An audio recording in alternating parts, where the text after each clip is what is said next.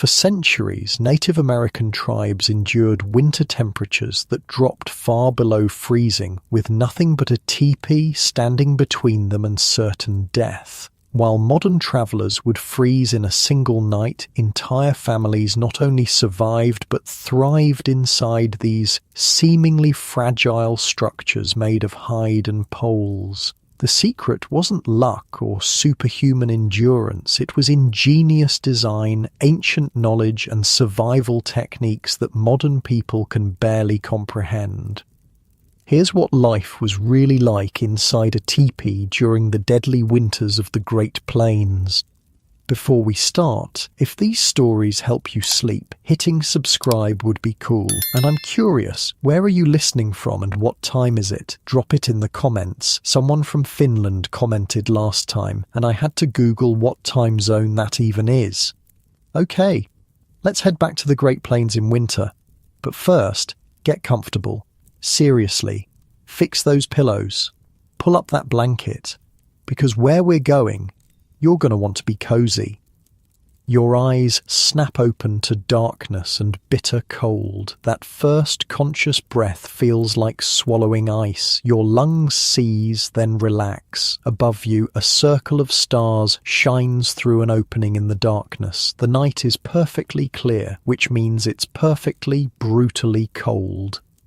The hide walls of your teepee are stiff with frost. They make soft cracking sounds as they flex in the wind. It's maybe 30 below zero outside. The night air is so cold it could freeze the moisture in your lungs if you breathed it directly, but you're alive. You're warm enough. That thin wall of buffalo hide somehow keeps death at bay.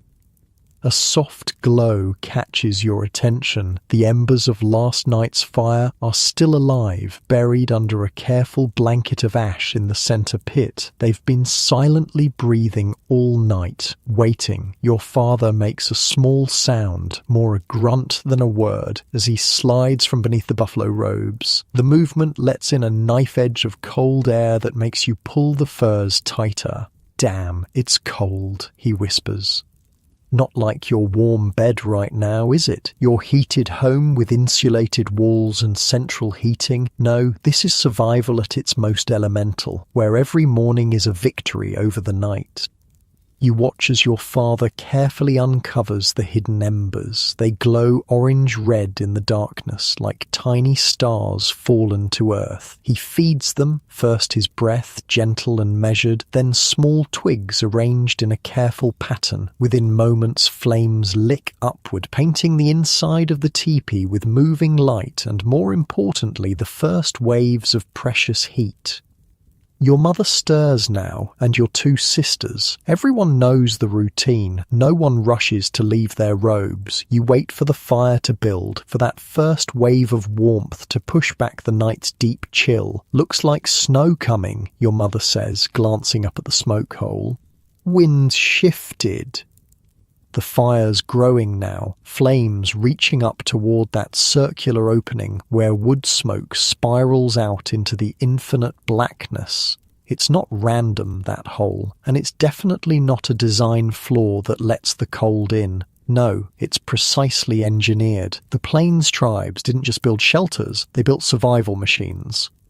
I know what you're thinking. No way a tent could keep you alive at 30 below. But here's the thing. These weren't just any tents. The teepee was arguably one of the most sophisticated portable dwellings ever designed. Let me paint you a picture of what you're living in. The teepee is a cone, about 15 feet high and maybe 15 feet across at the base. The frame consists of 13 lodge poles, usually cut from pine trees that grew tall and straight. Getting these poles was a huge deal. Some tribes traveled hundreds of miles to find the right trees. The poles were sometimes harder to find than the buffalo, my history professor once told me. Think about it, the Great Plains didn't exactly have forests. Some tribes would trade a horse for just 5 good poles. That's how valuable they were. Those poles, they're not just stuck in the ground randomly, they're positioned precisely, first with 3 main poles tied together at the top to create the foundation, then the rest are laid against this framework in a pattern handed down through generations. The result? A structure that's remarkably wind-resistant. The cone shape doesn't fight the wind, it guides it. While square structures catch the full force of a gale, the teepee lets the wind slide around its walls. You can hear it now, that howling prairie wind. It sounds angry, frustrated that it can't get at you, but inside, apart from the walls gently trembling, you're remarkably sheltered. In the winter of 1837, white trappers froze to death in their cabins, while native families survived in teepees. Right nearby, your grandfather told you once. White men thought our homes were primitive. They didn't understand what they were seeing. Your little sister Nima, she's about 4, crawls over to you, dragging her small buffalo robe. Her hair is sticking up in all directions, and she tucks herself against your side like a small animal seeking warmth. Cold, she says simply. Not for long, you tell her, nodding toward the fire that's now burning steadily.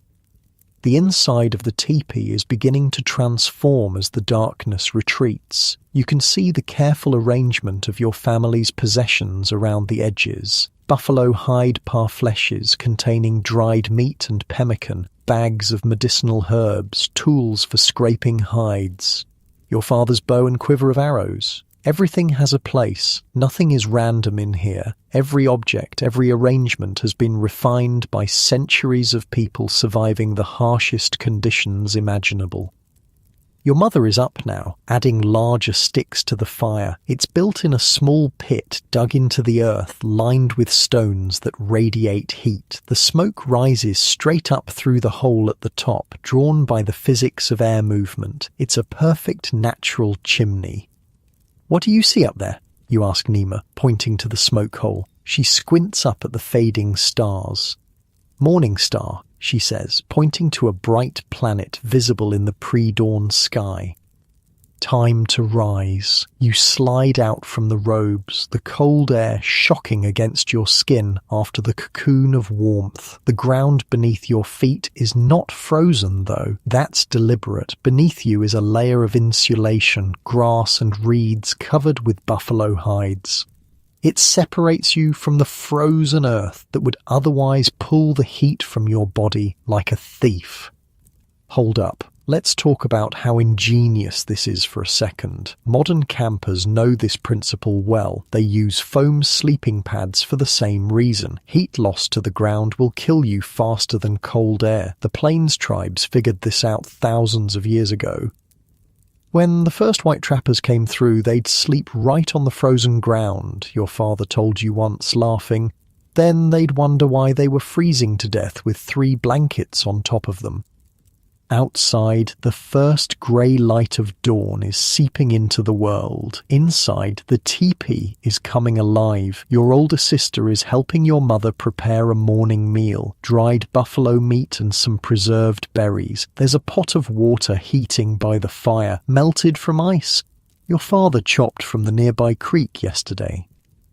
The teepee isn't just surviving the cold, it's creating a microclimate within. The temperature difference between inside and outside might be 50 or 60 degrees, all without insulation as modern people understand it. No fiberglass, no foam, just buffalo hide, wooden poles and the clever manipulation of airflow. "Can I open the door flap?" you ask, moving toward the east-facing entrance. Your mother nods. "Just for a moment, we need to see the weather." The door flap is another piece of ingenious design. It's not just an opening, it's a carefully crafted entrance that minimizes heat loss while allowing access. In the summer, it would be left open or tied back. Now, in the depth of winter, it's secured tightly, opened only when necessary. You pull it back just enough to peer outside. The world is transformed, covered in a blanket of snow that stretches to the horizon. The sky is the pale blue of deep winter, and your breath forms clouds that are whipped away instantly by the wind. The cold is like a physical force, pushing against your face. "Storm's coming," you say, letting the flap fall closed again. You can feel it. That particular heaviness in the air that precedes snow. Your father nods. "Need to check the smoke flaps before it hits." The smoke flaps, maybe the most brilliant part of the whole design. These adjustable flaps at the top of the teepee can be positioned using external poles to create just the right draft. In calm weather, they're partly closed to keep heat in while still allowing smoke to escape. When strong winds come, they're angled precisely to create a draft that pulls smoke upward and out without letting snow or rain in.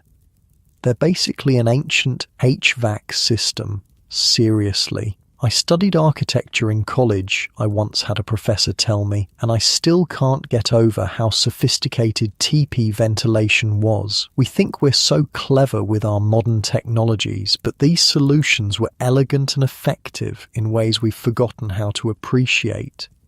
Your father is already pulling on his buffalo robe to go outside and adjust the flaps. This is critical preparation for the coming storm. Get it wrong and you'll either freeze from too much cold air or suffocate from smoke that can't escape. "Can I help?" you ask.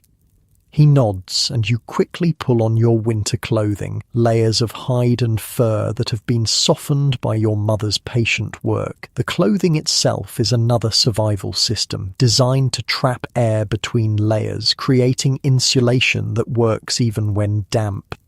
Outside, the wind nearly knocks you over. It screams across the prairie with nothing to slow it down. Your teepee stands with several others in a small circle, all facing east toward the rising sun. This isn't random either. It's protection. The entrance faces away from the prevailing winds, and the sharper backs of the teepees face west, deflecting the strongest gusts. Your father points upward to the protruding poles where the smoke flaps are attached. Together, you use the adjustment poles to position them perfectly, angled to allow smoke out while keeping snow from entering. It's precision work, and you watch carefully. Someday you'll need to do this for your own family. This knowledge, it's not just handy, it's the difference between life and death. Like this, he demonstrates, moving one flap slightly. When the wind comes from that direction, we need to create a vacuum that draws the smoke up. You're basically doing fluid dynamics without equations, adjusting the airflow through pure experience and handed-down knowledge.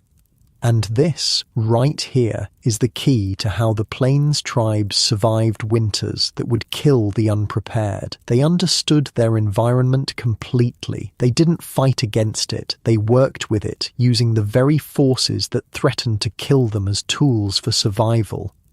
Back inside, the teepee has transformed into a pocket of remarkable comfort. The fire burns steadily, the smoke rising cleanly through the perfectly adjusted smoke hole. Your mother has heated stones at the edge of the fire. They'll provide radiant heat long after the flames die down. "Breakfast?" she announces, and everyone gathers close to the fire pit. This is how mornings begin in winter on the Great Plains, a daily victory over conditions that modern humans would consider impossible to survive. Yet for centuries, this was just life. Your little sister Nima is already chattering away, describing a dream about running with buffalo. The cold fear of the night is gone, replaced by the ordinary business of a family starting their day. "Will we move the teepee today?" you ask your father. Sometimes in winter, the tribe would relocate even through snow, seeking better hunting or more sheltered ground. He shakes his head. "Not with that storm coming. We're in a good place here, protected."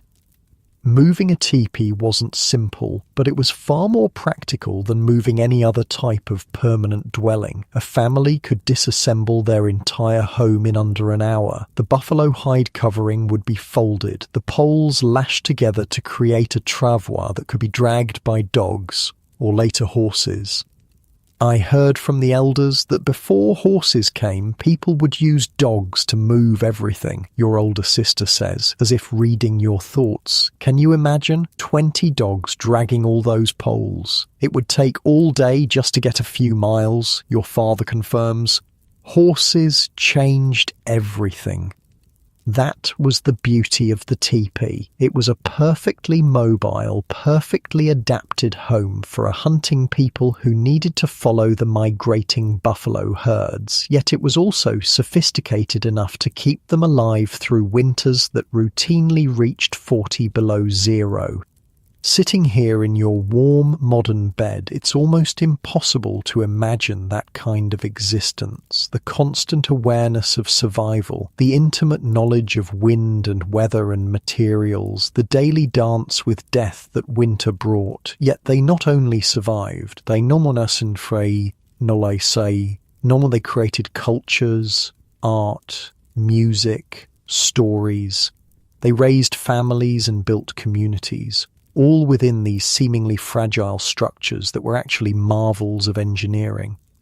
Outside, the first snowflakes of the coming storm begin to fall. Inside the teepee, your family continues their mourning. The fire crackles, the buffalo hide walls stand firm against the wind. Another winter day begins on the Great Plains, harsh, beautiful, and survivable through ingenuity and knowledge passed down through countless generations. As your mother says every morning, the cold is just another neighbour. Respect it, understand it, and you can live alongside it. For the Plains tribes, that wasn't just a saying, it was the difference between life and death every single winter. The teepee wasn't just a shelter, it was their survival machine. And outside, the snow begins to fall harder, blanketing the world in white. The storm hits just after midday. One moment, the snow is falling gently, big, lazy flakes drifting from a pewter sky. The next, the world transforms into a howling white chaos. The wind comes screaming across the plains like something alive and hungry, carrying ice particles that sting like tiny needles against any exposed skin. Inside the teepee, the change is instant. The walls shudder and strain against the sudden assault. The sound is like nothing else, a deep, thrumming vibration punctuated by sharp cracks as the hide covering tightens in the cold. It's terrifying if you don't understand what's happening, if you don't trust the structure keeping you alive. That came faster than expected, your father says calmly, poking at the fire. His face shows no concern, no fear. He's lived through hundreds of these storms. Your little sister Nima looks up at the walls with wide eyes. Is it angry? It's just wind, your mother tells her, continuing to work the awl through a piece of hide she's repairing. It can't get in.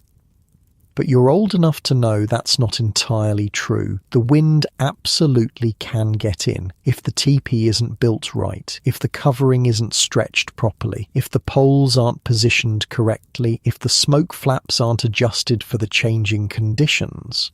There are a dozen ways this shelter could fail, and any one of them would mean death in a storm like this. Okay, so picture this. Those square cabins that settlers eventually built, they'd shake and rattle and sometimes collapse under these conditions. The flat walls catch the full force of prairie winds like sails, but the teepee, it's basically invisible to the wind. You know why our homes stand in storms while others fall? Your grandfather asked you once. Because we don't fight the wind. We let it pass around us. The genius is in that cone shape, a perfectly calculated angle that gives just enough steepness to shed snow while creating the minimal surface for wind to push against. The storm literally flows around the structure, creating only a fraction of the pressure that would tear apart a square building. My engineering professor showed us computer models of airflow around different structures. I once heard from a Lakota student who studied architectural design. When he pulled up the teepee, he just stopped and said, "This is practically perfect aerodynamics, and they figured it out thousands of years ago without computers or wind tunnels." You watch as your father stands and moves to check the base of the teepee. He's making sure the covering is still securely staked to the ground. In summer, the bottom edge might be rolled up for ventilation, but now it's pegged tightly, with extra snow packed around the perimeter as additional insulation. "Come help," he says to you. You leave the warmth of the fire reluctantly. Even the few feet to the edge of the teepee means a temperature drop. The walls feel cold to the touch, stiff and vibrating slightly from the wind's assault. Your father hands you a bone tool. "Check each stake," he instructs. "Make sure none are loosening." This is critical work. If even one stake pulls free, the wind could get under the covering. And then, well, you've heard stories of teepees being ripped apart in seconds once the wind finds a way inside. You work your way around the circumference, pressing down on each wooden stake, occasionally adding more packed snow as reinforcement. The storm wails outside, but inside the fire continues to burn steadily. The smoke rises straight up through the center hole, drawn by the differential pressure created by the wind flowing over the smoke flaps above. It's like a machine, you think, not for the first time. Every piece working together. The structure, the fire, the covering, the smoke hole, all creating a micro-environment that defies the killing cold outside. Your older sister joins you at the wall. "Listen," she says. You pause, holding your breath. Through the hide walls, you can hear it, the distinctive sound of ice pellets mixing with the snow now. Sleet, the most dangerous kind of winter precipitation. It will coat everything in a slick, deadly layer of ice. "Good thing we're not travelling," you murmur. She nods, her face serious. 2 winters ago, the running deer family got caught in a sleet storm half a day from camp. Only the father made it back. Stories like this are common, not told to frighten, but to teach, to remind everyone that survival isn't guaranteed. It's earned through knowledge, preparation, and respect for the power of winter. Back at the fire, your mother has finished her repair work and is now preparing the evening meal. Food in winter is simple, mostly dried meat and preserved berries, occasionally fresh meat when hunting is good. Today, it's pemmican, a mixture of dried buffalo meat, fat, and berries pounded together. It's not fancy, but it's dense with calories and will keep your body generating heat through the long night ahead.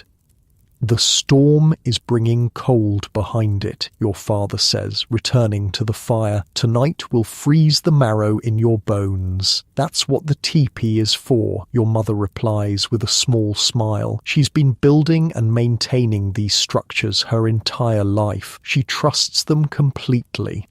Nima has fallen asleep against your mother's side, lulled by the warmth and the rhythmic sounds of the storm. Your father takes out his pipe, carefully filling it with a mixture of tobacco and herbs. The sweet, earthy smoke will soon join the wood smoke spiraling upward. "Tell me again how the first teepees were made," you ask, settling back on your sleeping robes. You've heard the story many times, but the old stories are comforting during storms. Your father smiles, lighting his pipe with a small twig from the fire. "In the beginning, our people used simple structures, just branches leaned together and covered with whatever hides they had. But they were cold, and smoke filled these lodges because they had no proper opening." He takes a long draw on his pipe. the ember glowing orange in the dimming light of afternoon. Outside, the storm continues to rage.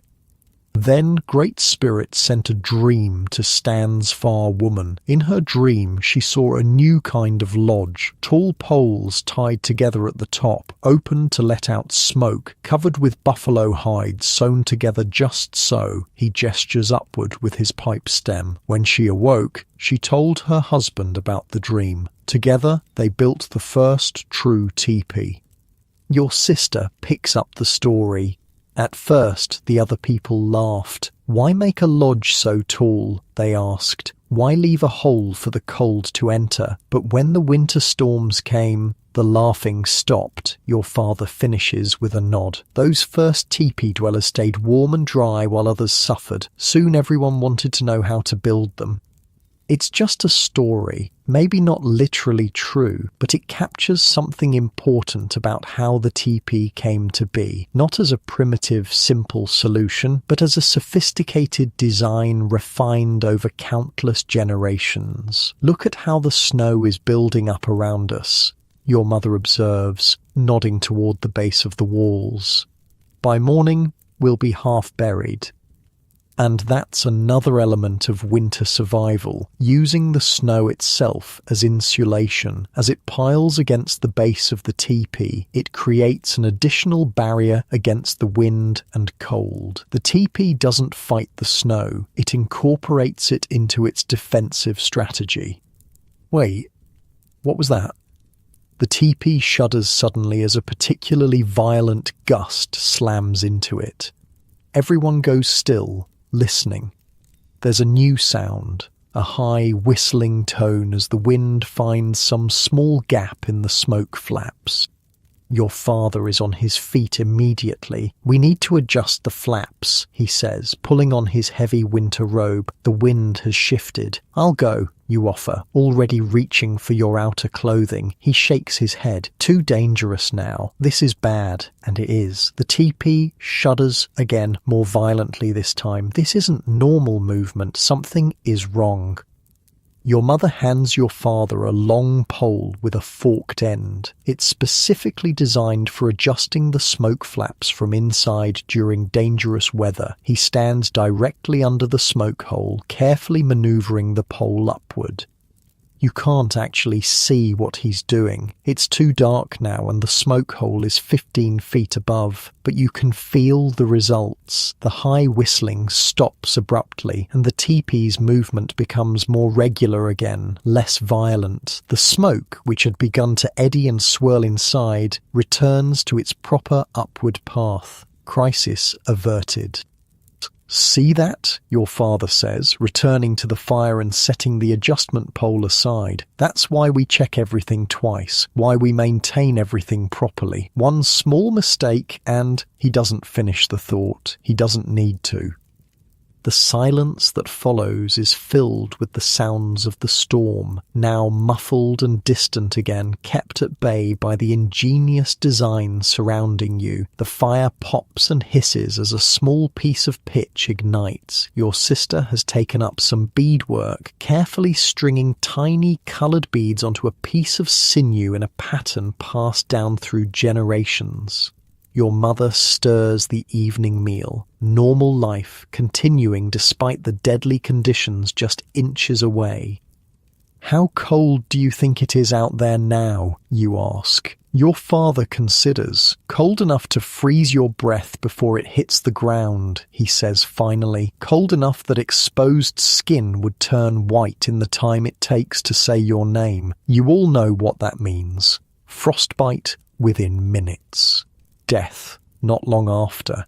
The kind of cold that European settlers would later describe as cold enough to freeze the horns off a bull, the kind that kills without remorse or hesitation.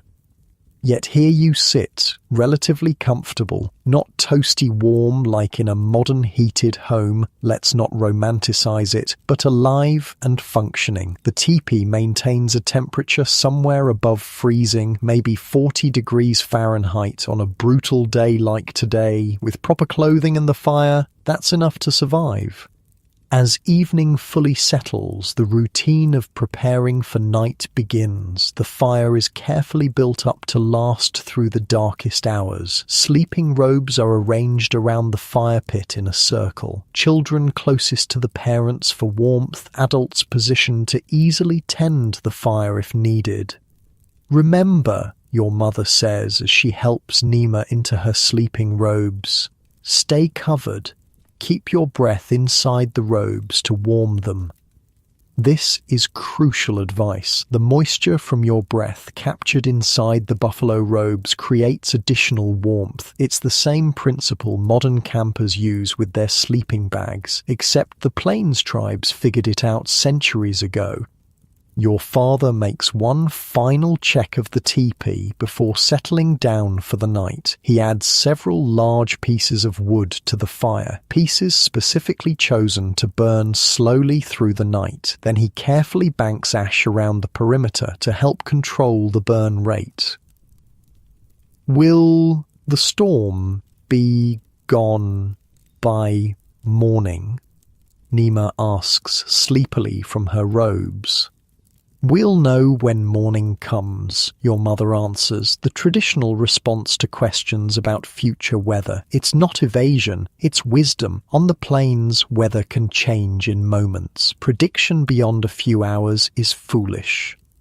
As you settle into your sleeping robes, you notice how the teepee has transformed in the darkness. The hide walls, translucent during daylight, are now opaque, but they're not silent. They continue to vibrate with the storm's fury, creating a constant low thrumming that's oddly comforting once you're used to it. The firelight dances on the curved interior, creating moving shadows that could be frightening if you didn't understand their source.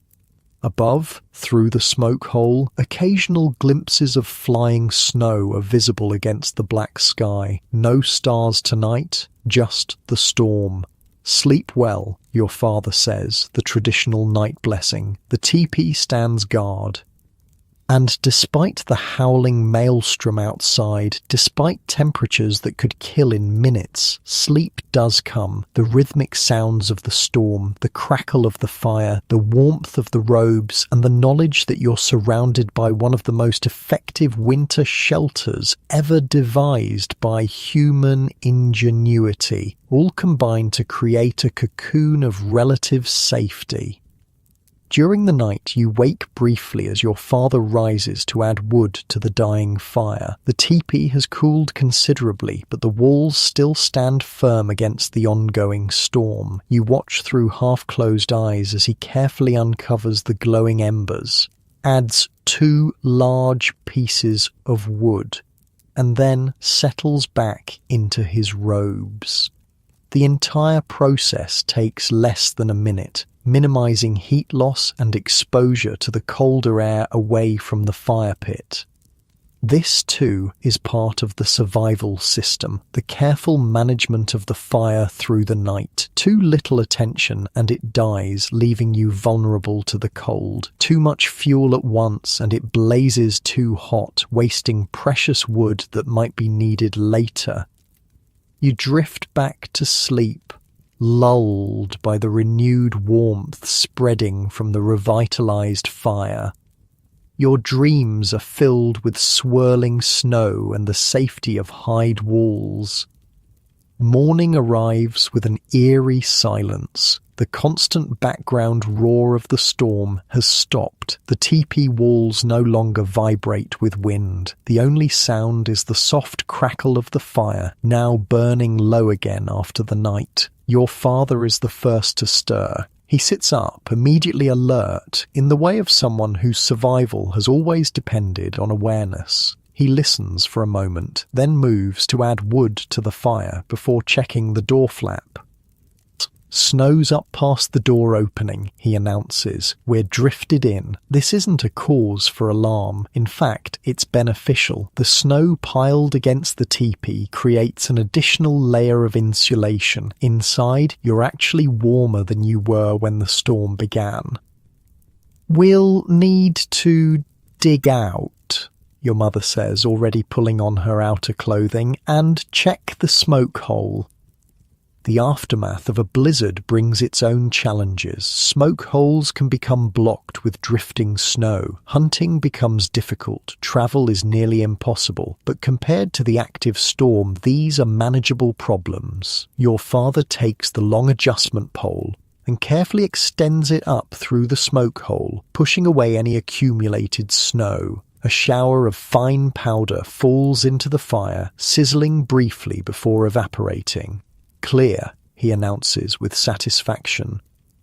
Outside, the world has been transformed. When you eventually dig out the door and peer outside, the familiar landscape is gone, replaced by sweeping drifts of pristine snow. The other teepees of your small band are visible as cone-shaped mounds, some with thin wisps of smoke rising from their tops. The morning sun glitters on the fresh snow, creating a dazzling, crystalline world. But beauty aside, this is a moment of triumph. Your teepee stands firm, a perfect cone rising from the snow-covered plains. It has done exactly what it was designed to do through thousands of years of refinement. It has kept you alive through conditions that would kill the unprepared within hours.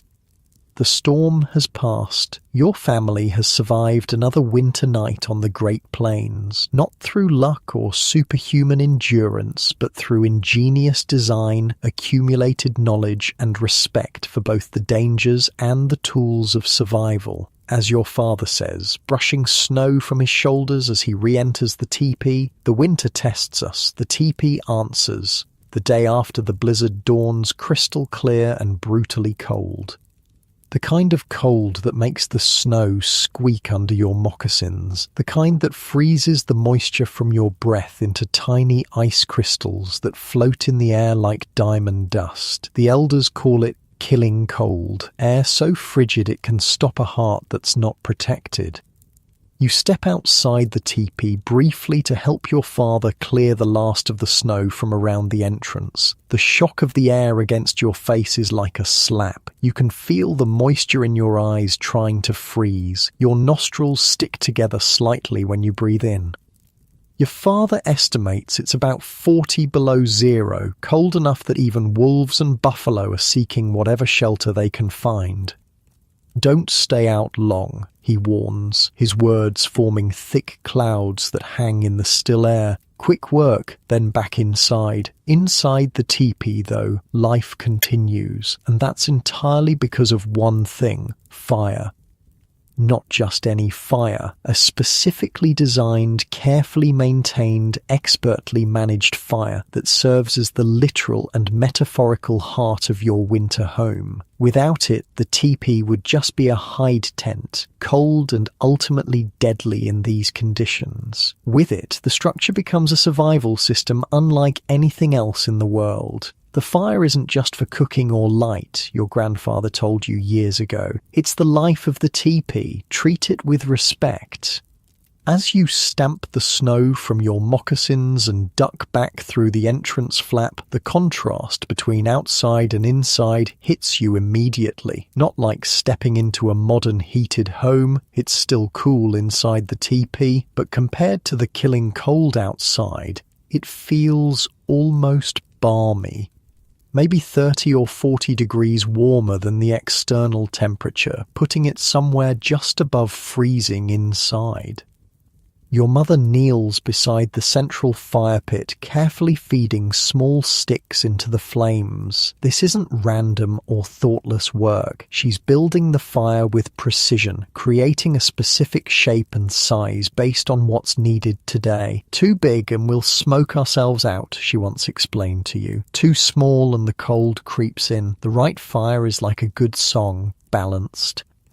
The fire pit itself is a marvel of practical engineering. It's not just a ring of stones on the ground, it's a shallow depression dug into the earth, lined with specially selected rocks that absorb heat during the day and radiate it back during the night. The size and shape are precisely calculated for this specific teepee, about 2 feet across, 8 inches deep, positioned exactly in the center where the rising heat will create the most effective circulation. "Hand me the dry sticks," your mother says, not looking up from her work. You reach for a bundle of thin branches that have been stored inside the teepee for exactly this purpose. They've been carefully selected. Not just any wood will do. Some types burn too fast, others too slow. Some create excessive smoke or dangerous sparks. The ideal wood for a teepee fire burns steady and clean. "When I was younger," my uncle told me once during a reservation visit, "my grandmother could tell what kind of wood was burning just by the smell. She'd say, 'That's too much pine, it'll spark and we'll have holes in the teepee cover by morning.' Her knowledge of fire was like a science, but they never wrote it down in books." Your mother arranges the sticks in a careful pattern, building upon the base of embers that have been maintained through the night. There's a method to this: thinner sticks at the bottom to catch quickly, gradually building to thicker pieces that will provide sustained heat.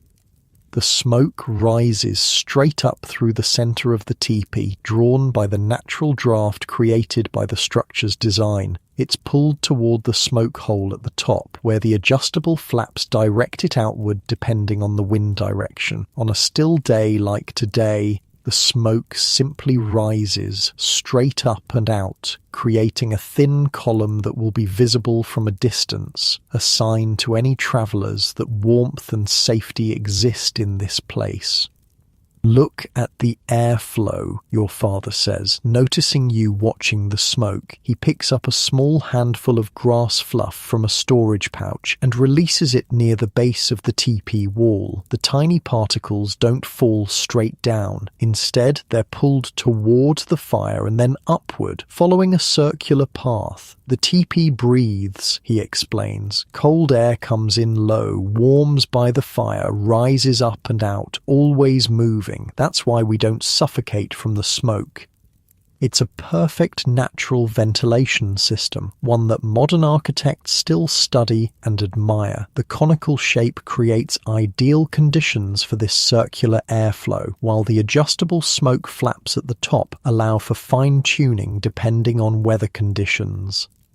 "When white men first built cabins on the plains," your uncle once told you, "they didn't understand this airflow. They'd make a fire inside their tight wooden box with just a hole in the roof. Half of them died from smoke in their lungs before they froze to death."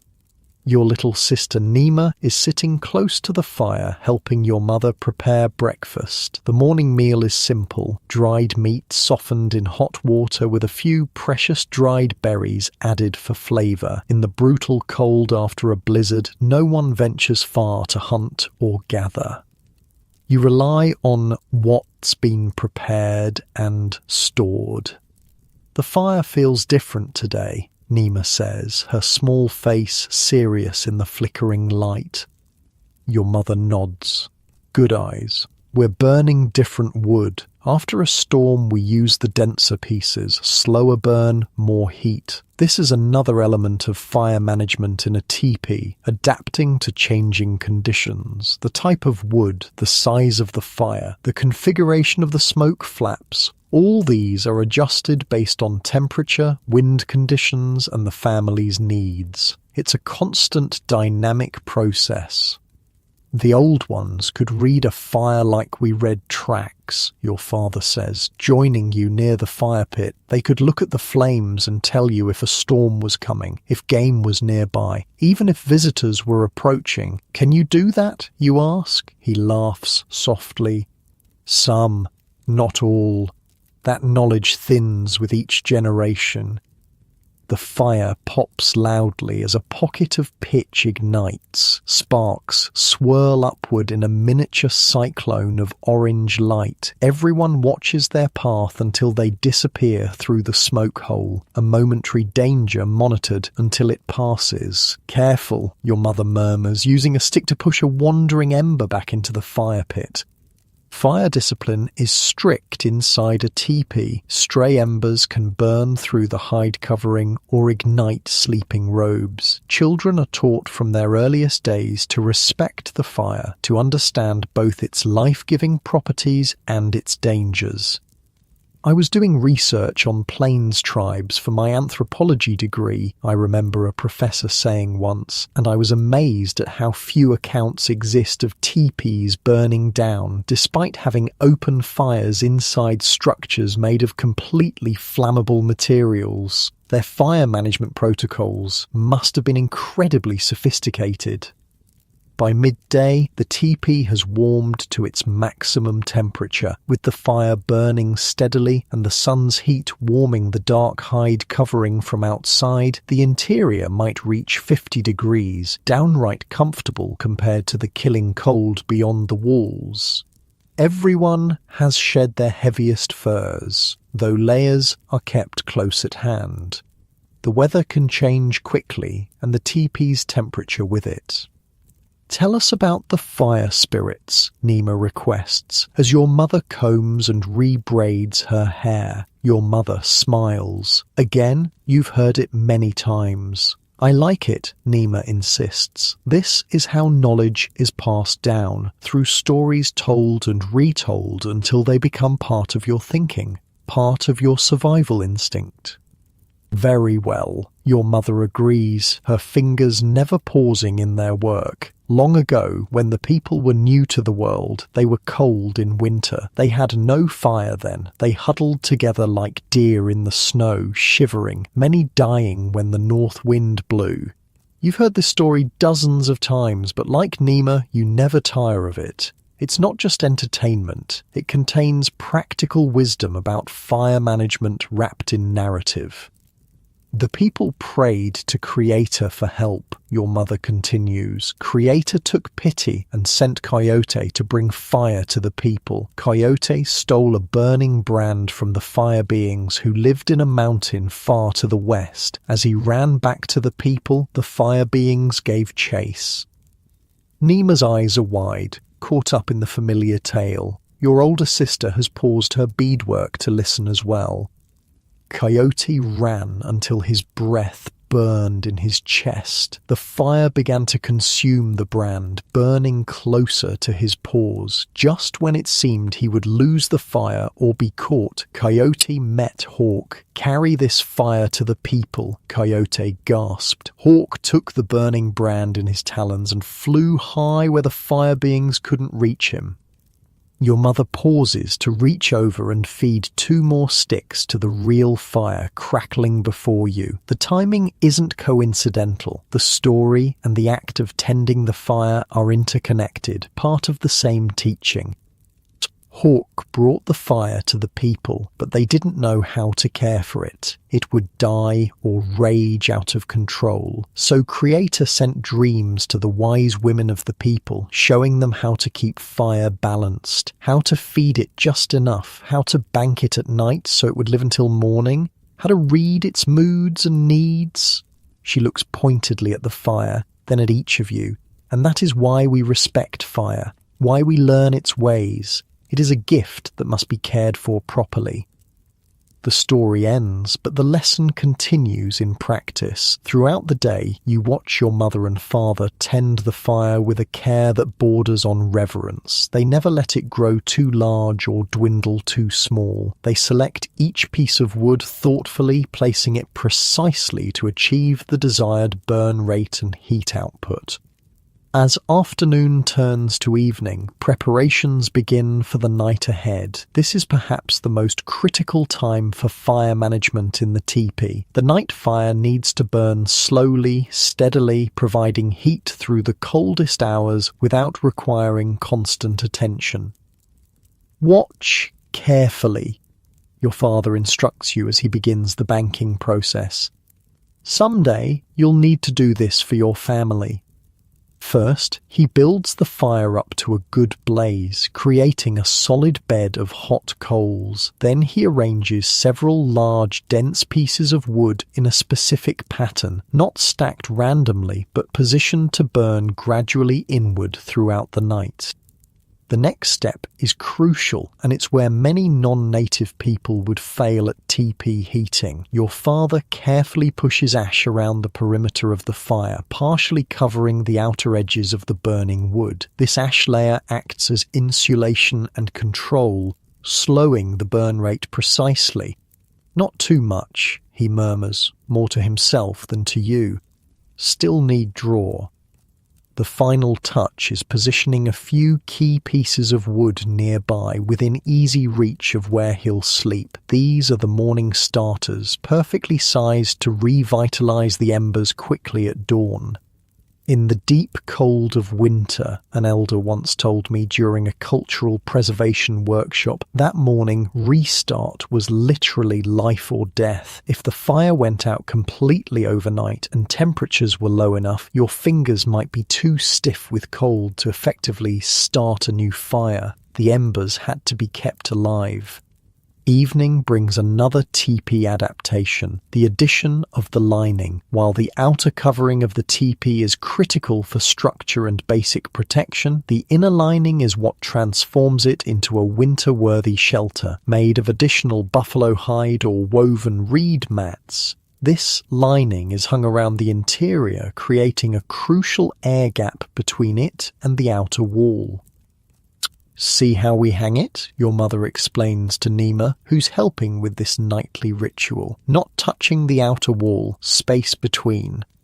This air gap is basically the same principle used in modern insulated windows or double-walled vacuum bottles. The trapped air serves as insulation, dramatically reducing heat loss. It's a technology that wouldn't be scientifically understood by Western culture for centuries, but the Plains tribes implemented it through practical observation and generational knowledge. "The lining makes all the difference," your mother continues. "Without it, the heat would pass straight through the walls."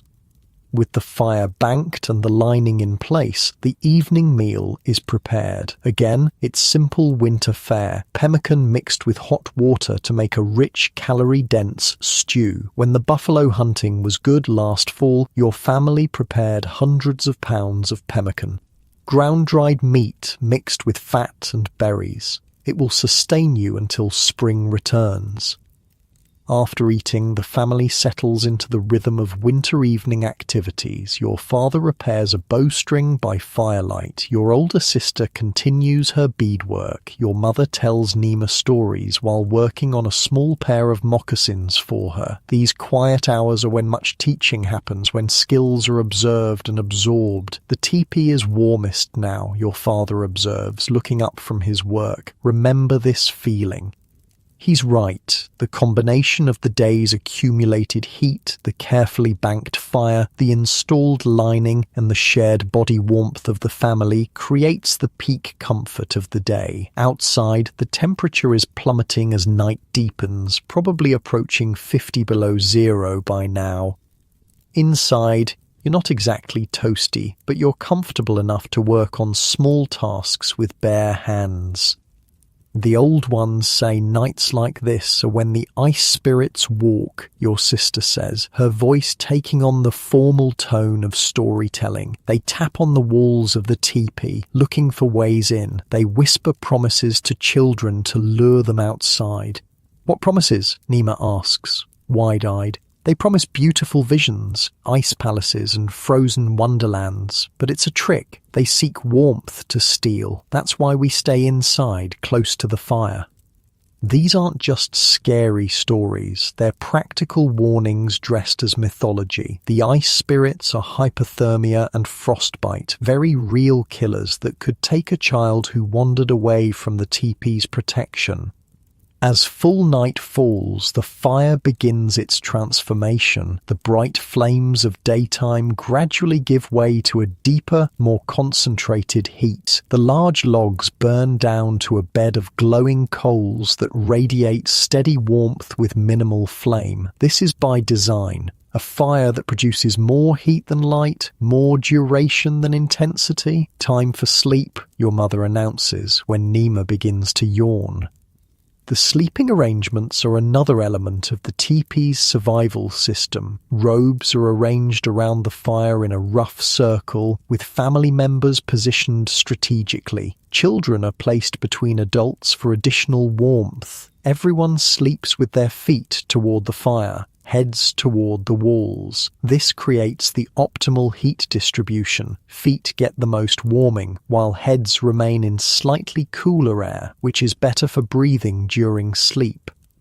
Your father makes one final check of the fire before settling into his robes. He uses a long stick to gently push one of the larger logs, adjusting its position by perhaps an inch. To an outsider, this might seem insignificant, but you know it's not. That tiny adjustment might be the difference between a log burning through too quickly or lasting until dawn. Sleep well, he says, the traditional night blessing. The fire watches over us. As the family settles into sleep, the teepee takes on a different character. The interior is darker now, illuminated only by the deep red glow of the banked fire. Shadows are longer, deeper. Outside, the night is utterly silent except for the occasional crack of a tree splitting in the intense cold. Through half-closed eyes, you watch the fire. This isn't the leaping, crackling blaze of daytime. It's quieter, more patient. The carefully arranged logs burn inward at an almost imperceptible rate. The ash banking keeps the oxygen flow precisely controlled. Its fire tamed but not weakened, its heat still radiating outward to keep death at bay. This is the genius that kept the Plains tribes alive through winters that regularly reached 50 or 60 below zero. Not just the teepee structure, though that was crucial, not just the buffalo hide covering, though that was essential, but this mastery of fire, the ability to create and maintain the perfect heat source through the darkest, coldest nights imaginable. In your modern bed, under your warm comforter, it's almost impossible to fully comprehend what this meant. The margin between life and death was measured in degrees. A fire that burned too quickly might leave you vulnerable before dawn. One that put out too much smoke might suffocate you in your sleep. Too large, and it might burn through the teepee covering. Too small, and the cold would creep in, stealing body heat until hearts slowed and stopped. Yet night after night, winter after winter, the Plains tribes maintained this perfect balance. Their understanding of fire wasn't just practical, it approached the spiritual. The fire wasn't just a tool, it was a living entity, a guest in the home, a protector against the night. As you drift towards sleep, the last thing you see is the steady glow at the center of the teepee, the heart of your winter world. The difference between life and morning, or freezing before dawn. Your last conscious thought echoes what your grandmother always said: the fire is always present, and in that presence, survival is possible in a world of ice. Something wakes you in the night, not a sound, not movement, but a sensation, cold, creeping along your side where your buffalo robe has slipped off your shoulder and bunched near your waist. Your eyes open to darkness, save for the dull red glow of the banked fire at the center of the teepee. Everyone else sleeps soundly. Your father, mother, sisters, their breathing forms small clouds in the chilled air. The fire has burned lower than usual, but that's not the real problem. The real problem is the ground beneath you. You can feel it now. That deadly cold seeping upward through the earth, reaching for your warmth like a hungry ghost. Your body has shifted during sleep, and part of your hip now presses against the ground with only a thin layer of bedding between you and the frozen earth below. And here's the thing about winter survival that most modern people never have to learn. The greatest thief of warmth isn't the air, it's the ground. Earth pulls heat from a body faster than wind, your grandfather taught you. Faster than snow, faster than rain, the ground is always hungry for warmth. You carefully readjust your sleeping position, making sure there's adequate insulation between your body and the earth. This small midnight correction might seem trivial in your cozy modern bed, but on the winter plains it could mean the difference between waking with the dawn or not waking at all. The Plains tribes understood something that modern science would later confirm. Conductive heat loss through ground contact can kill you faster than the coldest air. While air is actually a decent insulator when still, the frozen ground will pull body heat away at an alarming rate through direct contact. It's basic thermodynamics. Heat energy flows from warmer objects to cooler ones until they reach equilibrium, and in winter, that frozen ground is always cooler than your body. You know what's funny? My outdoor survival instructor once told our class, modern campers spend hundreds of dollars on fancy sleeping pads to insulate themselves from the ground. Plains Indians figured this out thousands of years ago using just what nature provided. Their ground insulation systems were incredibly sophisticated. As you settle back into your buffalo robes, now properly arranged, you take a moment to appreciate the layered system beneath you. It's not just random furs thrown on the ground. It's a carefully engineered barrier against the Earth's deadly cold. The bottom layer, the one touching the ground directly, is made of woven reed or grass mats. These create the initial separation from the frozen soil and provide some dead air space. Above that is a layer of smaller hides, perhaps deer or antelope, that have been softened through careful tanning. Then comes your primary sleeping robe, a thick buffalo hide with the fur side up to cradle your body. Finally, you have a top covering of additional buffalo hide with the fur turned inward against your body. This entire system, 4 distinct layers of natural materials, creates a remarkably effective barrier against the greatest danger of sleeping in winter conditions. Dawn arrives with its own particular cold, that deep penetrating chill that comes just before sunrise when the night has had the longest time to work its frigid magic. Your father is already up, carefully bringing the fire back from its night-long dormancy. The teepee is colder than it's been since yesterday afternoon, probably hovering just above freezing, but still a good 50 or 60 degrees warmer than outside. Cold night, he observes, noticing you're awake. Ground's trying to steal our warmth. He says this matter-of-factly, not with fear. It's simply a condition to be managed like rain or snow or wind. The ground's theft of heat isn't personal, it's just physics. But understanding that physics, and counteracting it, has kept your people alive through countless winters.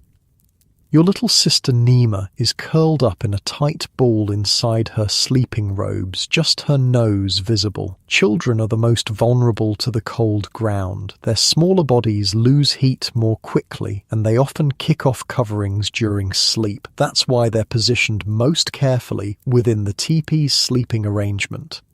Look how we place the children, your mother once explained to you, away from the walls where cold comes through, not too close to the fire where sparks might fly, and always with extra insulation beneath them. You watch as your mother stirs now, immediately checking on Nima before she even sits up fully. This protective instinct is built into every aspect of winter survival.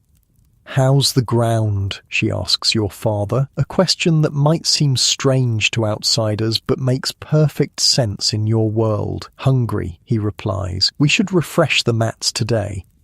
This is part of the regular winter maintenance of a teepee. The ground insulation doesn't just get placed once and forgotten. It needs regular adjustment, fluffing, sometimes complete replacement if it gets compressed or damp. Compressed insulation loses its effectiveness because it's the air trapped within materials that provides much of the insulating value.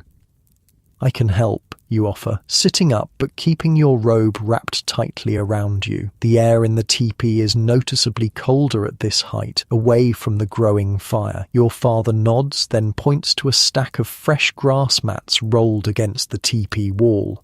"We'll use those. The ones underneath us now have been compressed too long." This task will be your main chore for the morning, helping to maintain the critical barrier between your family and the frozen earth. It's not glamorous work, it's not hunting or warfare or any of the more celebrated skills, but it's just as essential to survival. As the fire builds strength, bringing welcome warmth to the teepee, your mother begins preparing the morning meal. Nima finally emerges from her robes, her hair wild from sleep, her small face still marked with the imprints of fur where she pressed against it through the night. I dreamed the ground was talking to me, she announces, crawling over to sit beside you. What did it say, you ask, humouring her.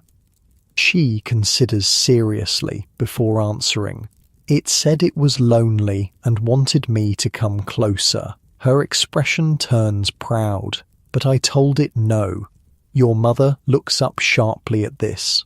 Good, she says with unusual intensity. Always tell the ground no when it calls you in winter.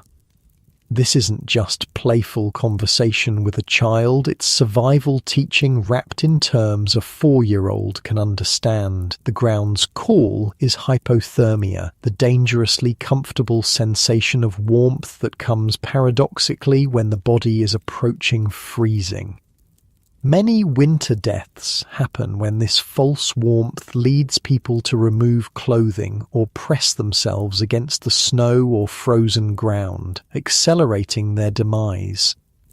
I once interviewed an elder from the northern Cheyenne, an anthropologist told me, who described teaching children that the winter ground sings sweet songs to trick you. It wasn't superstition, it was an ingenious way to warn kids about the symptoms of hypothermia without complex medical terminology.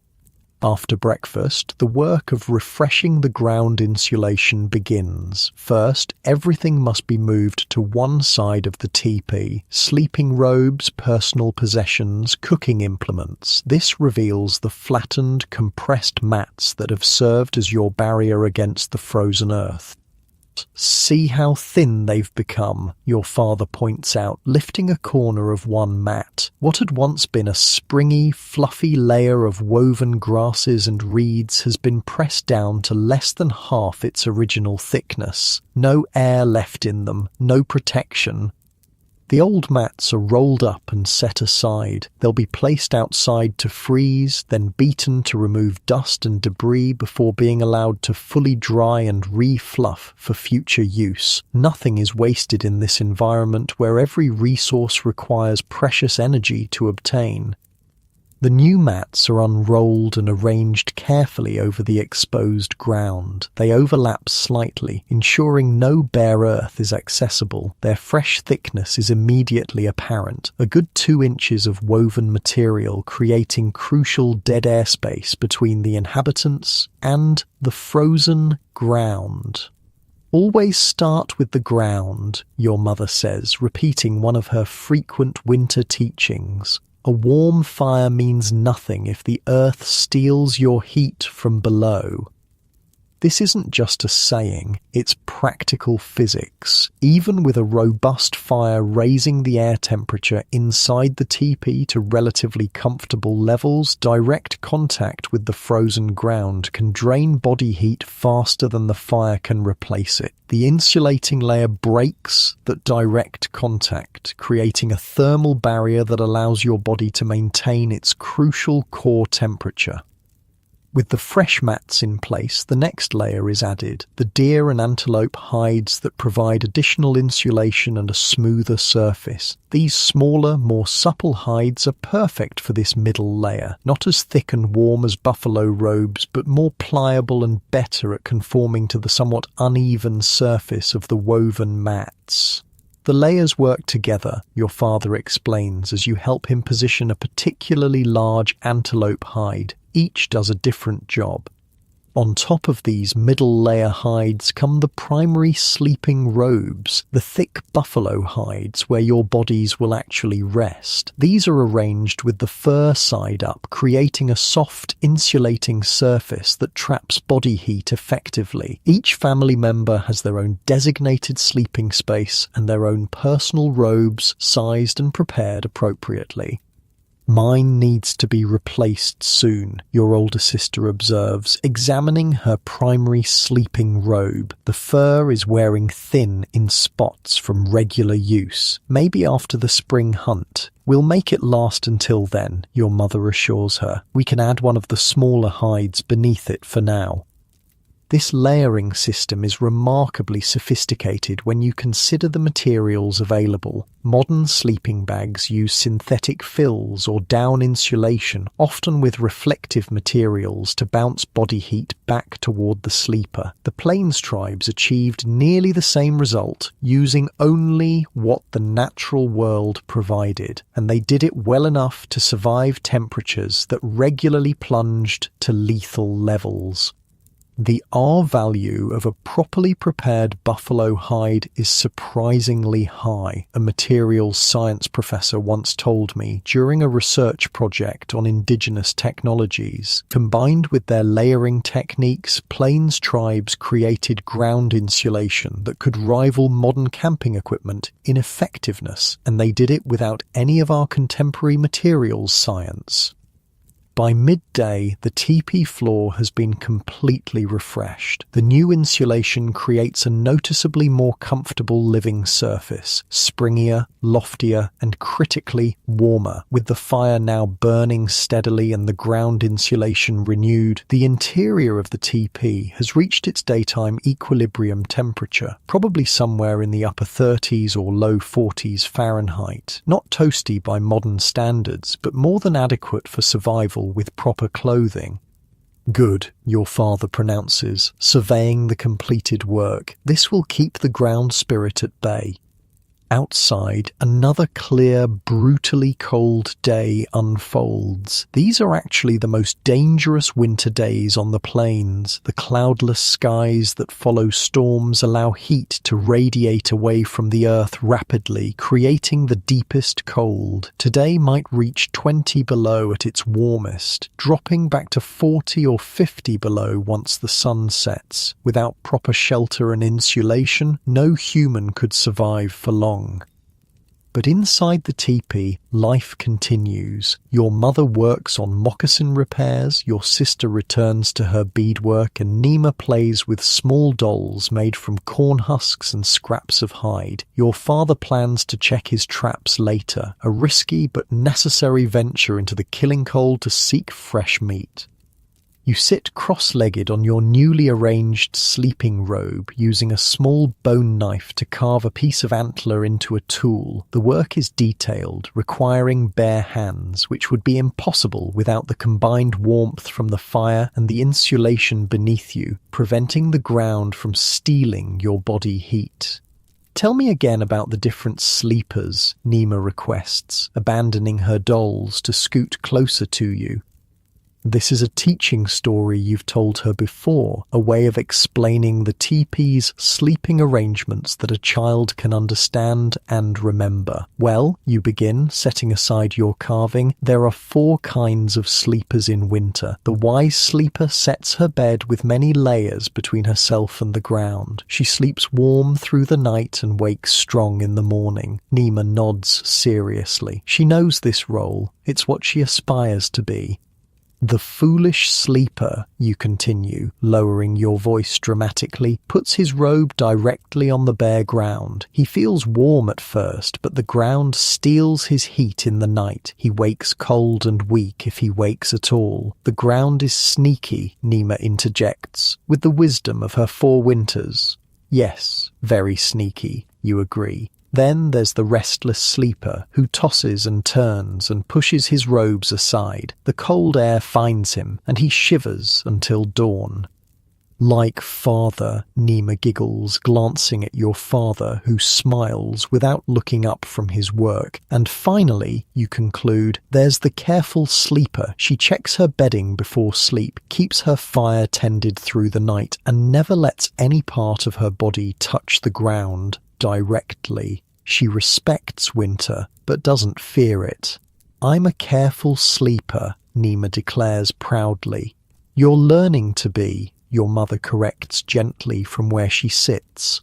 We're all learning, always. And that's perhaps the most important aspect of winter survival in the teepee, the constant learning, adapting and refining of techniques. Nothing is static, nothing is assumed. The environment is too deadly for complacency. As afternoon begins to slide toward evening, bringing the promise of even deeper cold, your father prepares for his trap-checking expedition. The layers he puts on demonstrate another aspect of winter survival. Clothing as insulation. First, a base layer of soft tanned hide against his skin, then a middle layer of fur with the hair turned inward. Finally, an outer layer of thicker hide to block wind. Be back before dark, your mother instructs, handing him an extra pair of lined mittens. The ground gets hungrier after sunset. He nods, understanding completely. After dark, the temperature will drop precipitously, and the risk increases exponentially. His insulated moccasins, themselves a marvel of winter engineering with multiple layers and liners, will protect him from ground-conducted heat loss while he moves, but they have their limits. After he leaves, ducking through the door flap and letting in a brief, shocking gust of frozen air, your mother begins the evening meal preparations. Tonight it will be pemmican again, but with the last of some dried squash added for variety. The smell fills the teepee, rich, fatty, nourishing food that provides the calories needed to generate body heat through the night. When your grandmother was a girl, she tells you while working, her family was caught in an early blizzard before they'd prepared enough winter food. They had to be careful with every bite, saving the fattiest portions for the coldest nights. The thin broth they ate most days barely kept them alive. This isn't just a story about hardship, it's a teaching about the direct relationship between food, body heat, and survival. The Plains tribes understood intuitively what science now confirms. The body is essentially a furnace that converts food energy into heat. In extreme cold, that furnace needs constant, high-quality fuel. As evening settles in and the light outside fades to purple, then indigo, then black, the teepee undergoes its nightly transformation. The fire is built up to its evening strength. The insulating liner is checked and adjusted. Sleeping robes are arranged precisely on the fresh ground insulation, positioned to optimize both warmth from the fire and protection from the frozen earth below. Your father returns just as full darkness falls, bringing welcome news. 2 rabbits in the traps, not a feast but fresh meat that will provide variety and critical fat and protein. The teepee feels instantly more complete with his return, the family circle whole again. The cold is deepening, he reports as he sheds his outer layers. The trees are cracking in the forest. Everyone understands what this means. The temperature is dropping so rapidly that the moisture inside tree trunks is freezing and expanding, causing the wood to split with explosive cracks. It's a sound unique to the deepest cold, a warning that tonight will test the limits of your teepee's protection. After the evening meal, as night fully claims the world outside, the final preparations for sleep begin. Each sleeping robe is checked once more for proper positioning. The fire is carefully built to last through the night. Small personal possessions are tucked safely away, where they won't be damaged by contact with the fire or the cold walls. "Remember," your mother says to Nima, tucking the little girl into her sleeping robes, "stay on your buffalo, friend." This is how she refers to the sleeping robe, as a protective friend that must be respected and appreciated. "I will," Nima promises solemnly. "I won't listen to the ground songs." As you settle into your own sleeping place, you're acutely aware of the multiple layers beneath you: the fresh grass mats, the middle layer hides, your primary buffalo robe. This layered system, refined over countless generations, creates a remarkably effective barrier between your body and the frozen earth that would otherwise drain your heat relentlessly through the night. The last thing you see before sleep takes you is your father making a final adjustment to the fire, his face illuminated in the warm glow. Outside, the winter night drops toward unimaginable cold. Inside, separated from that deadly chill by ingenious layers of natural insulation, your family rests securely. The ground may be hungry for heat, but tonight at least it will go unsatisfied. You wake to the sound of something large moving outside the teepee. The darkness is almost complete, just the faint red glow of the night's fire illuminating the interior. A glance toward the smoke hole shows no hint of dawn yet. Your father is already awake, sitting up silently, head tilted in that specific way that means he's listening intently. Another sound, the unmistakable huffing breath of a large animal followed by the soft crunch of hooves on packed snow. It's close, maybe just a few feet from the teepee wall near your head. Your father meets your eyes and mouths a single word: buffalo. A wild buffalo, drawn perhaps by the lingering scent of the hides that form your shelter, has wandered near your camp in the pre-dawn darkness. There's no immediate danger. The massive animal isn't aggressive unless threatened. But the irony isn't lost on either of you. The very creature whose skin protects you from the killing winter has come to investigate its fallen kin.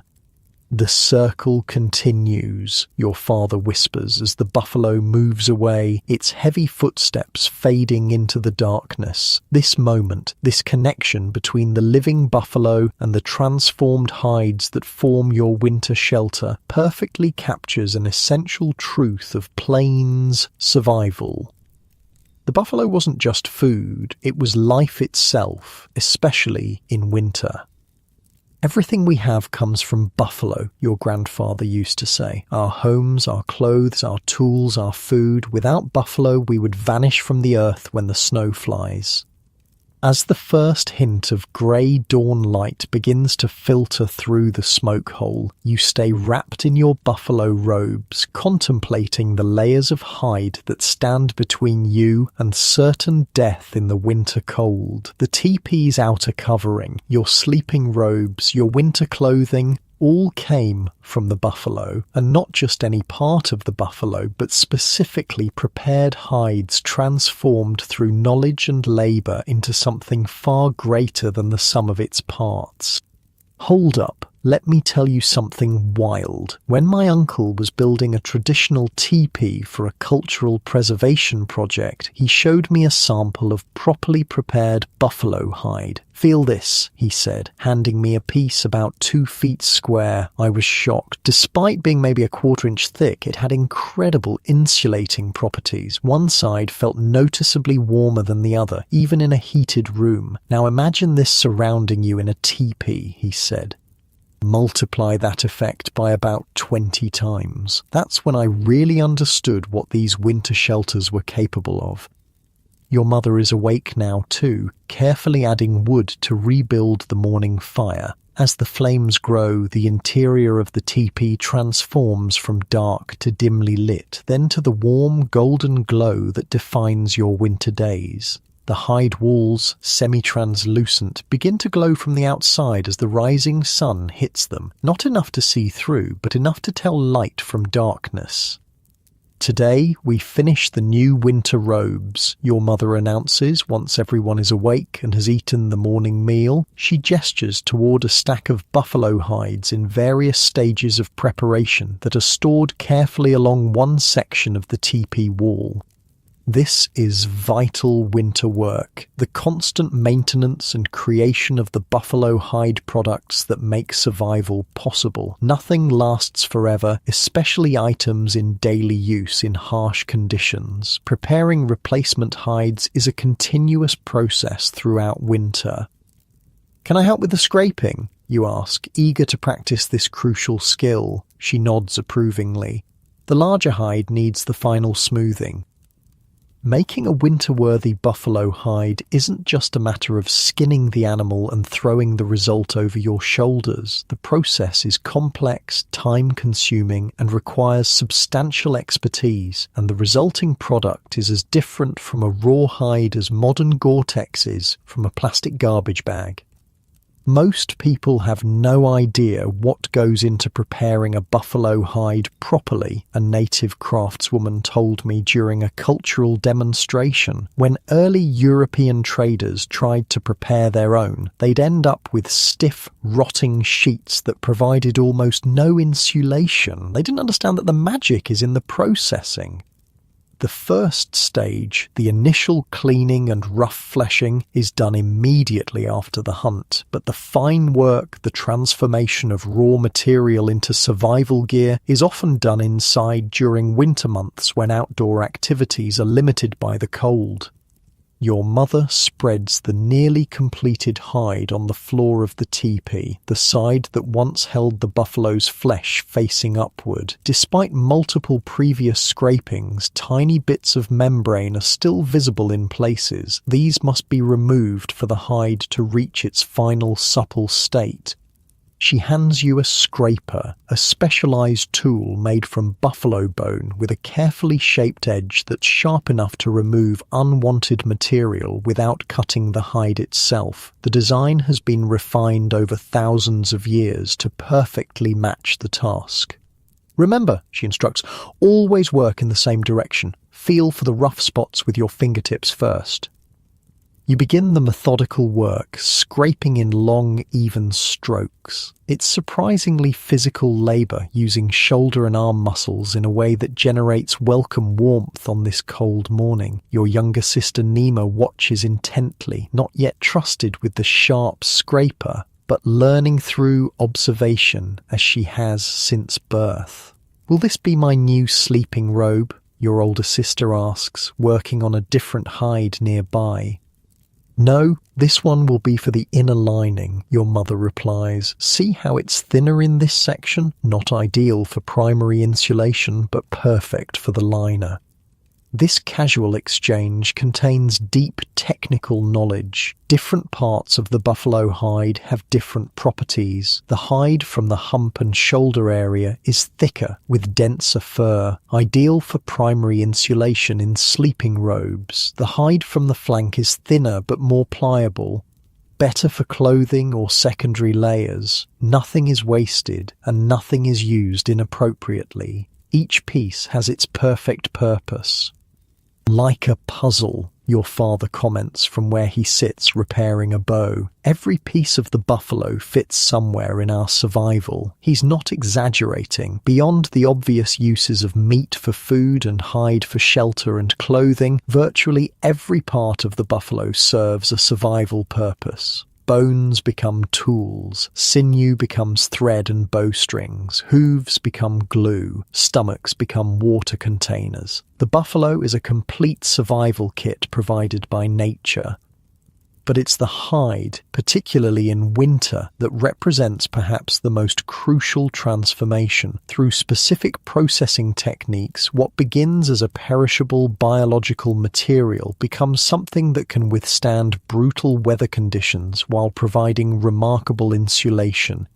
"The secret is in the brain," your mother often says when teaching hide preparation. She's referring to the practice of using the animal's own brain matter as a tanning solution, a technique that produces a uniquely effective result. The brain tanning process creates a hide with incredible properties. An archaeologist specializing in indigenous technologies once explained to me, it makes the material water-resistant while maintaining breathability. It prevents rotting while keeping flexibility. And most importantly, for winter survival, it creates tiny air pockets within the fiber structure that dramatically increase insulating value. By midday, the scraping work is complete and your mother moves to the next stage, softening the hide through repeated folding and working. This isn't just busy work, it's literally breaking down the fiber structure to create those crucial microscopic air pockets that will trap warmth. In, out, back, forth, she chants rhythmically as she works the hide with strong, practiced movements. The more we work it, the warmer it keeps us. Nima tries to help, her small hands pushing ineffectually against the stiff material. "It's fighting me," she complains. Your mother smiles. "It always fights at first. That's how you know it will be strong. The best hides are the ones that resist the longest." Outside, another brilliantly clear winter day means continuing brutal cold. These bluebird days after storms are deceptive. They look inviting with their crystalline beauty, but the temperature remains deadly. Your father reports it might be 15 below at midday, warmer than the morning, but still cold enough to freeze exposed skin within minutes. Inside the teepee, the contrast is remarkable. With the fire burning steadily and everyone engaged in physical work, the temperature has risen to a relatively comfortable level. You've shed your heaviest fur layer, working now in just your inner clothing, though keeping the heavier pieces close at hand for when you eventually need to step outside. "Feel this," your mother says late in the afternoon, handing you the hide you've been helping to prepare. "It's ready." The transformation is remarkable. What began as a stiff, somewhat unyielding material has become soft and pliable. When you fold it, it no longer tries to spring back into flatness. When you squeeze it, you can feel the give of thousands of tiny air pockets. When you hold it up to the light coming through the smoke hole, there's a subtle translucency that wasn't there before. Most importantly, when you drape it over your arm, you can immediately feel the warmth building between the hide and your skin. The insulating properties have been awakened through the working process. "Tomorrow we'll smoke it," your mother says, carefully folding and setting the hide aside. That will give it the final protection. The smoking process, exposing the prepared hide to specific types of wood smoke, does more than add the characteristic amber color. It creates chemical changes in the hide that increase water resistance and help prevent decay. It's the final step in transforming a natural material into a survival technology. As evening approaches and the light begins to fade, your family prepares for another winter night. The buffalo hide that surrounds you in the form of the teepee covering is about to face its greatest daily test. When darkness falls completely, the temperature will plummet, likely reaching 40 below zero or colder before dawn. The thin barrier of processed hide will be all that stands between your family and that killing cold. Your father checks the smoke flaps, adjusting them slightly as the wind shifts. A properly positioned flap creates the ideal draft for the fire, while preventing snow or rain from entering. Another example of how the processed buffalo hide isn't just a passive barrier, but an active part of a sophisticated environmental control system. "The old ones say this will be the coldest night of the winter," he comments, returning to the fire. "The buffalo are gathering in the sheltered valleys." Animals know. Their behavior is often the best predictor of severe weather, and the plains tribes learn to read these signs with remarkable accuracy. If the buffalo are seeking shelter, the night ahead will be brutal indeed. As darkness falls fully, your mother begins distributing the extra robes, additional buffalo hides kept in reserve for the coldest nights. Some are placed as additional insulation beneath the sleeping areas. Others are laid out to be pulled over your regular sleeping robes as a second layer. A few are hung as additional insulation along the teepee walls where the prevailing wind hits hardest. Layer upon layer, she says as she works. That's how we survive when others freeze. This layering principle is perhaps the most sophisticated aspect of the plains winter survival system. A single buffalo hide provides good insulation. 2 hides with a small air gap between them provide exponentially better insulation. 3 layers create a nearly impenetrable thermal barrier. It's the same principle used in modern high-end winter clothing. Multiple layers with trapped air providing far better insulation than a single thick layer. I once asked a physics professor about Plains Indian winter insulation techniques, a museum curator told me. He said they were essentially creating a primitive vacuum flask effect with their layering systems. The science was sound, even if they didn't call it thermodynamics. Your little sister Nima is already wrapped in her sleeping robes, though the evening meal hasn't even been prepared yet. She's learned through experience that maintaining body heat is easier than rebuilding it once lost. "I'm in my buffalo cocoon," she announces happily, only her face visible among the furs. Cocoon is actually the perfect word. These aren't just covers, they're transformative enclosures that create a microclimate around the body. Inside Nima's buffalo robes, the temperature might be 70 degrees or warmer from her body heat, while just inches away, the air in the teepee is barely above freezing. The evening meal is simple but calorie-dense. More of the precious pemmican, this time mixed with dried choke cherries saved from the fall harvest. These high-fat, high-protein meals are essential for winter survival, providing the fuel your bodies need to generate heat through the long, cold night ahead. Eat everything, your mother encourages, particularly focusing on Nima. Your body needs the strength to fight the cold. This isn't just a parent encouraging a picky eater, it's a survival imperative. In extreme cold, the body burns calories at an accelerated rate just to maintain core temperature. Without adequate caloric intake, hypothermia becomes a real threat, especially for smaller bodies. After eating, the final preparations for the night begin. Your father banks the fire carefully, arranging the wood to burn slowly through the hours of darkness. Your mother checks each sleeping area one last time, ensuring the layers are properly arranged for maximum insulation.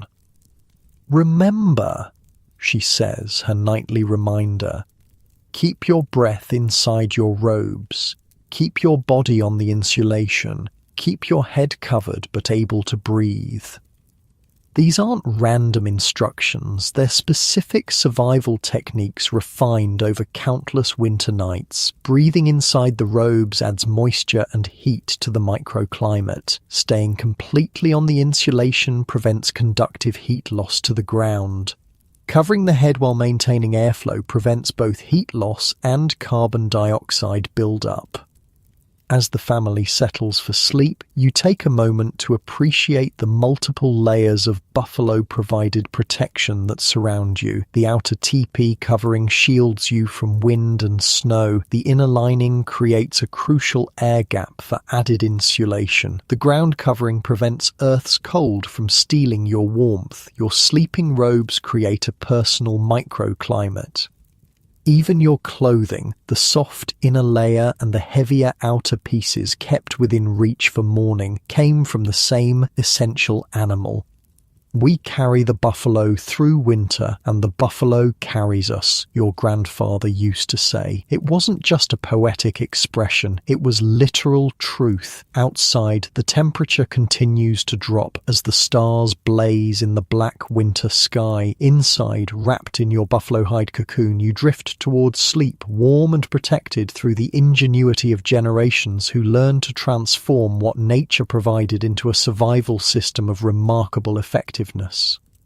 The last thought that crosses your mind before sleep takes you is simple gratitude for the buffalo, for the knowledge passed down through your family, and for the thin wall of processed hide that makes life possible in a world of ice. Sometime deep in the night, the fire dies down lower than usual. You don't fully wake, but your body registers the change in temperature. The teepee has cooled several degrees. Outside, the winter night has reached its coldest point, that brutal hour before dawn when even the wolves stop howling and the trees crack like gunshots in the impossible cold. Still mostly asleep, you instinctively shift closer to your sister's sleeping form. She murmurs something unintelligible, but also moves slightly, the two of you finding a shared warmth that neither could generate alone. Across the teepee floor, your mother has drawn little Nima completely against her side, the child's body tucked into the curve of her own like nested spoons. This unconscious nighttime choreography, this subtle shifting and rearrangement of bodies, isn't random. It's an essential survival mechanism, perhaps the most ancient one humans possess: shared body heat, the understanding that together we generate more warmth than we can alone. "Watch wolves in winter," your father once told you, while you observed a pack from a distance. They don't sleep apart, they pile together, sharing their heat. We learned this from the animals long before we built the first shelter. When morning finally arrives, you wake to find yourself sandwiched between both sisters, all three of you having migrated toward each other during the night. Your father is already up, carefully rebuilding the fire from its reduced state. Outside, the world is still gripped by profound cold, but the faint grey light of dawn promises that the sun will eventually return. "Coldest night of the winter," he confirms, noticing you're awake. The water froze inside the pouch.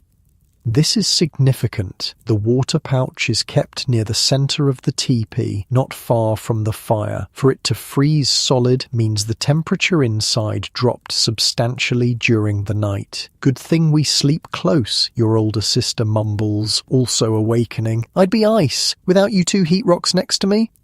She's not exaggerating. On the coldest winter nights, shared body heat can literally be the difference between life and death. The Plains tribes understood this at a bone-deep level and organized their winter sleeping arrangements accordingly. "When I was studying indigenous winter survival," an anthropologist once told me, "I was struck by how intentional the sleeping arrangements were in traditional teepees. It wasn't just about family closeness, it was a carefully designed human heating system." Your mother stirs now, checking first on Nima, who remains deeply asleep against her side. Satisfied the child is warm and well, she sits up, keeping her buffalo robe wrapped tightly around both of them. "The old ones say the coldest nights show us who we truly are," she observes, watching your father work with the fire. "Alone we freeze, together we live." This isn't just a poetic saying, it's practical physics. A single human body generates about 100 watts of heat, comparable to a small incandescent light bulb, but much of that heat dissipates into the surrounding environment. When bodies are close together, they create a shared microclimate, dramatically reducing heat loss and effectively multiplying the warming effect. Today's plans are simple. Remain inside the teepee as much as possible. This isn't laziness or fear, it's practical energy conservation. On the coldest days, the tribe minimizes outside activity, understanding that valuable calories burned in needless exposure could be better preserved for essential survival. or only hunt when the meat is worth more than the warmth it costs to get it, goes an old Plains saying. Today, that equation is simple. Staying inside conserves more energy than any potential gain from venturing out. The morning routine begins with the teepee already more crowded than usual. Another family, your father's sister, her husband, and their young son, have joined you during the night. Their own teepee stands nearby, but with a tear in the covering that couldn't be properly repaired in the dark. They sought shelter with your family rather than risk the deadly cold. The tear's not large, your aunt explains as she helps prepare a morning meal for the expanded group, but even a small opening lets death in on a night like last night. No one questions their presence or considers it an imposition. This mutual support is assumed in winter survival. Next time, it might be your family seeking emergency shelter with them. The harsh reality of Plains winter forces a community approach to survival. No family could make it alone.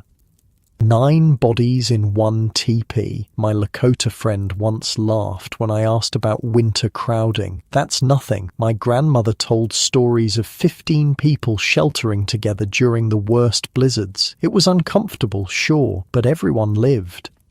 With 9 people now sharing your family's teepee, the interior warms noticeably faster than usual after the fire is rebuilt. Body heat combines with the growing fire to raise the temperature several degrees higher than it would normally reach on such a frigid morning.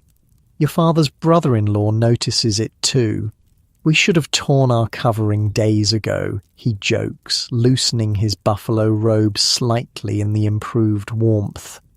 Beneath the humour lies a practical observation about winter survival. More bodies equal more heat. It's simple thermodynamics. In extreme cold, the added warmth from additional people could provide a crucial margin of safety, especially if firewood became scarce or the weather worsened further.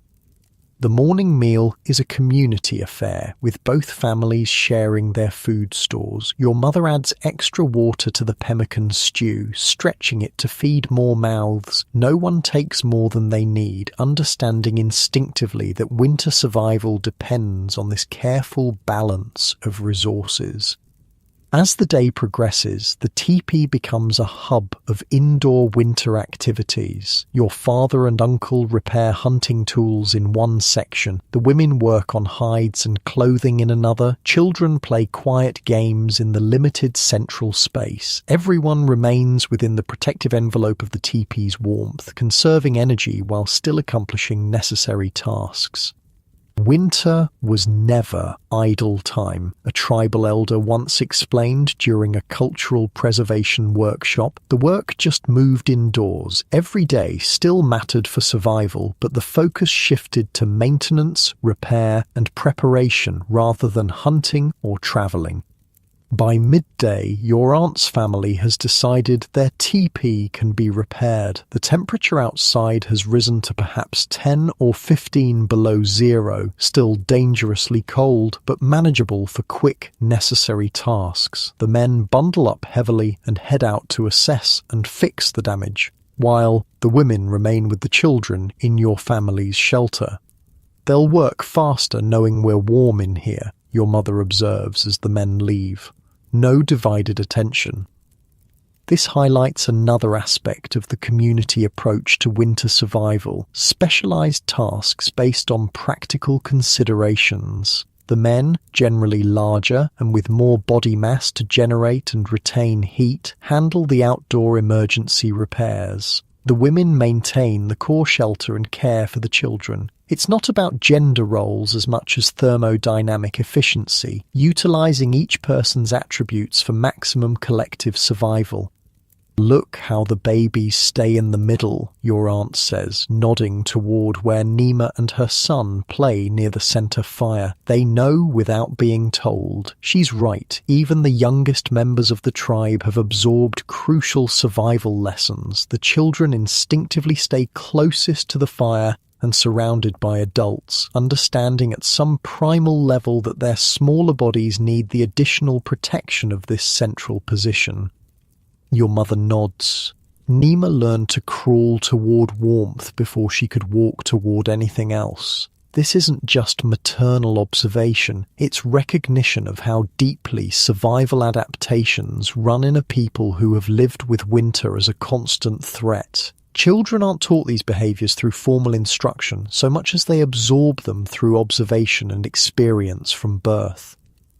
Indigenous winter survival wasn't a separate skill set, an environmental psychologist once explained to me. It was woven into every aspect of existence. Children internalized life-saving behaviors simply by being part of the community. The men return after about an hour, their faces red from the brief exposure despite being heavily protected. The damage to the other teepee has been repaired. A small tear near the smoke hole that allowed precious heat to escape and dangerous cold to enter.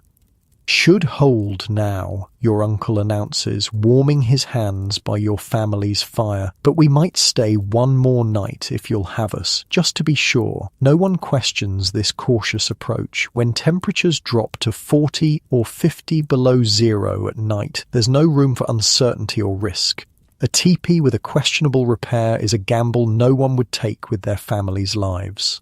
"Of course you'll stay," your father replies simply. "The cold hasn't left yet." As afternoon drifts toward evening, preparations begin for another frigid night. Both families work together now, creating a more efficient system than either could manage alone. Your father and uncle gather and prepare extra firewood from the carefully rationed winter store. Your mother and aunt rearrange the teepee's interior to optimize sleeping spaces for 9 people instead of 5. This reconfiguration isn't haphazard. It follows patterns established through countless winters of experience. The youngest children will sleep between adults for maximum warmth. Elders, if present, would be positioned closer to the fire. Everyone is arranged in a rough circle around the central hearth, heads toward the walls, feet toward the warmth. Like spokes on a wheel, your mother explains as she lays out the sleeping robes. Every person connected to the heart of the teepee. This arrangement isn't just practical for warmth distribution, it also creates a unified breathing space near the center and fire, slightly warmer than the air at the teepee's edges. Through the night, this shared air pocket will be warmed by both the banked fire and the combined exhalations of 9 people. I once measured the temperature differential in a traditional winter teepee, an environmental scientist told me during a research project. The difference between the sleeping area near the edges and the common breathing space near the center could be as much as 15 to 20 degrees. That's an enormous survival advantage created simply through body arrangement. As evening approaches and the light outside fades, the expanded group shares a communal meal, everyone contributing something from their winter stores. The conversation flows easily despite the crowded conditions. Stories are told, information is shared about hunting conditions and weather signs. Children are entertained with riddles and simple games. This social aspect of winter teepee life isn't separate from survival. It's an integral part of it. The psychological comfort of community during the darkest, coldest season helps maintain morale and purpose. The sharing of information ensures no single family misses crucial observations that might affect their safety. "Winter was when we became most truly a people," a Blackfoot elder once told me. "In summer, families might spread out to hunt or gather, but in winter, we drew together, not just for warmth, but to remember who we were." As full darkness falls and the temperature outside plummets once again, the final preparations for night begin. The fire is built up to its evening strength, carefully designed to burn steadily through the hours of darkness. The teepee's smoke flaps are adjusted for optimal draft, given the current wind direction and the increased number of inhabitants. The interior liner, that critical second layer of buffalo hide hung inside the teepee, is checked and adjusted. With more people in the shelter, there's additional moisture from breath and bodies that could potentially condense on the cold outer walls. The liner not only adds insulation, but also creates a surface where this moisture can collect without dripping back onto the inhabitants. See how it beads up, your father points out, showing your younger cousin the droplets forming on the inner surface of the liner. That's our breath. If this liner wasn't here, that moisture would freeze on the outer wall instead, and eventually melt and drip on us when the sun warms the teepee tomorrow. This understanding of condensation management is yet another sophisticated aspect of teepee design. Without modern ventilation systems, the Plains tribes created their own methods of handling the challenging physics of moisture in winter shelters. Finally, as the teepee reaches its nighttime configuration, everyone prepares for sleep. Extra robes are distributed, ensuring even the latest arrivals have adequate insulation above and below their bodies. The fire is banked one final time, set to burn slowly through the hours until dawn. 9 people now occupy a space perhaps 15 feet in diameter. By modern standards, it would be considered impossibly crowded for sleeping, but in the context of winter survival on the plains, this density isn't just acceptable, it's optimal. We'll be warmer tonight than we were last night, your mother observes with satisfaction. Many lungs, many hearts. She's right, of course. The additional bodies mean additional heat generation, perhaps an extra 400 watts of thermal energy that wasn't present the previous night. In survival terms, that's an enormous difference. As you settle into your sleeping place, now positioned between your sister and your cousin, rather than just beside your sister, you notice how quickly the shared sleeping area warms, with 3 bodies now contributing heat to a space that previously held 2. The microclimate under the buffalo robes reaches a comfortable temperature much faster than usual. Outside, the night deepens toward another testing of human endurance. The stars shine with the particular brilliance that only comes with extreme cold. The snow creaks under the occasional passage of nocturnal animals. The trees continue their random gunshot-like cracking as sap freezes and expands within their trunks. Inside the teepee, 9 people breathe in rhythm, their combined presence creating a pocket of survivable warmth in a landscape of killing cold. The fire glows at the center, the physical and symbolic heart of this temporary community. The buffalo hide walls stand firm against the night, transformed through human ingenuity from mere animal skin to sophisticated environmental barrier. Look at how we survive, your grandfather would say. Not alone, but together. Not through strength, but through wisdom. As sleep approaches, your last conscious thought is one of security. Not just in the physical shelter of the teepee, but in the presence of the expanded circle of family around you. In the harshest environment imaginable, humans have found a simple truth. Our greatest survival tool isn't fire or shelter or clothing, it's each other. Morning brings an unexpected change. You wake to a different quality of light filtering through the teepee covering. Brighter, somehow softer. The air feels different too, not quite warmer, but less aggressively cold, less brittle. Your father is already up, standing near the door flap, looking outside. The wind has shifted, he announces to the stirring families. Chinook is coming. A ripple of reaction passes through the adults. A Chinook, that remarkable warm wind that can sometimes sweep down from the mountains in midwinter, raising temperatures dramatically in just hours. It's both blessing and challenge, bringing relief from the killing cold, but also creating its own dangers as snow melts and refreezes. How soon? Your mother asks, already moving to adjust the fire, which won't need to burn as intensely if warmer air is on the way. By midday, your father estimates, the clouds are forming to the west. This sudden change in conditions demands an immediate response, not just in activities, but in the teepee itself. The shelter that has been configured for maximum heat retention must now be adjusted to prevent overheating and manage the increased moisture that comes with warmer air. Time to open the summer vents, your mother says to you and your older sister, and roll the covers. These aren't minor adjustments, they're fundamental reconfigurations of the teepee's environmental control systems. What has been a sealed, insulated survival pod for the deepest winter must transform into a more breathable, ventilated shelter for the temporary warm spell.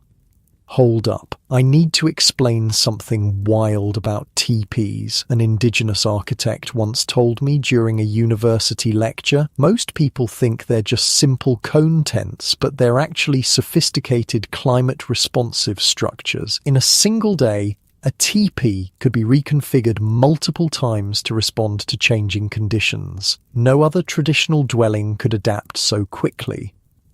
Your aunt's family prepares to return to their own teepee now that the brutal cold is retreating. The emergency that brought them to share your shelter has passed, and the normal patterns of winter life can resume. There's a flurry of activity as they gather their few belongings and thank your family for the shared warmth. "We leave our heat with you," your uncle says formally as they depart, the traditional expression of gratitude for winter shelter. "We keep it in the circle," your father responds, completing the ritual exchange. This isn't empty ceremony. It acknowledges the literal truth that their bodies contributed essential warmth to the communal shelter, and that the principle of shared heat continues even as they return to their separate dwelling. The circle of mutual support remains unbroken. With your teepee now returned to just your immediate family, the work of reconfiguration begins in earnest. First, your father removes the small wooden pins that have been securing the bottom edge of the covering tightly to the ground. This will allow for what your people call summer venting, raising the bottom edge of the teepee covering to allow fresh air to circulate at ground level. "Not too much," he cautions as he works. Chinook is warmer, but not summer, just enough to prevent moisture build-up. This precise adjustment, raising the covering perhaps 4 inches from the ground in specific sections, demonstrates again the teepee's remarkable adaptability. Unlike fixed structures that might become stuffy and damp with a sudden temperature increase, the teepee can literally be opened up within minutes to create ideal ventilation. Meanwhile, your mother and sister focus on the smoke flaps at the top of the structure. Using the long control poles that extend down into the teepee, they adjust the position of the flaps to accommodate the changing wind direction that comes with the Chinook. "Feel how the draft has changed," your mother instructs, placing her hand in the rising air current inside the teepee. "We need to open more to the east now, close a bit to the west." This adjustment isn't just about smoke management, though that remains essential. It's about creating the perfect balance of air exchange that will maintain a comfortable interior environment despite rapidly changing external conditions.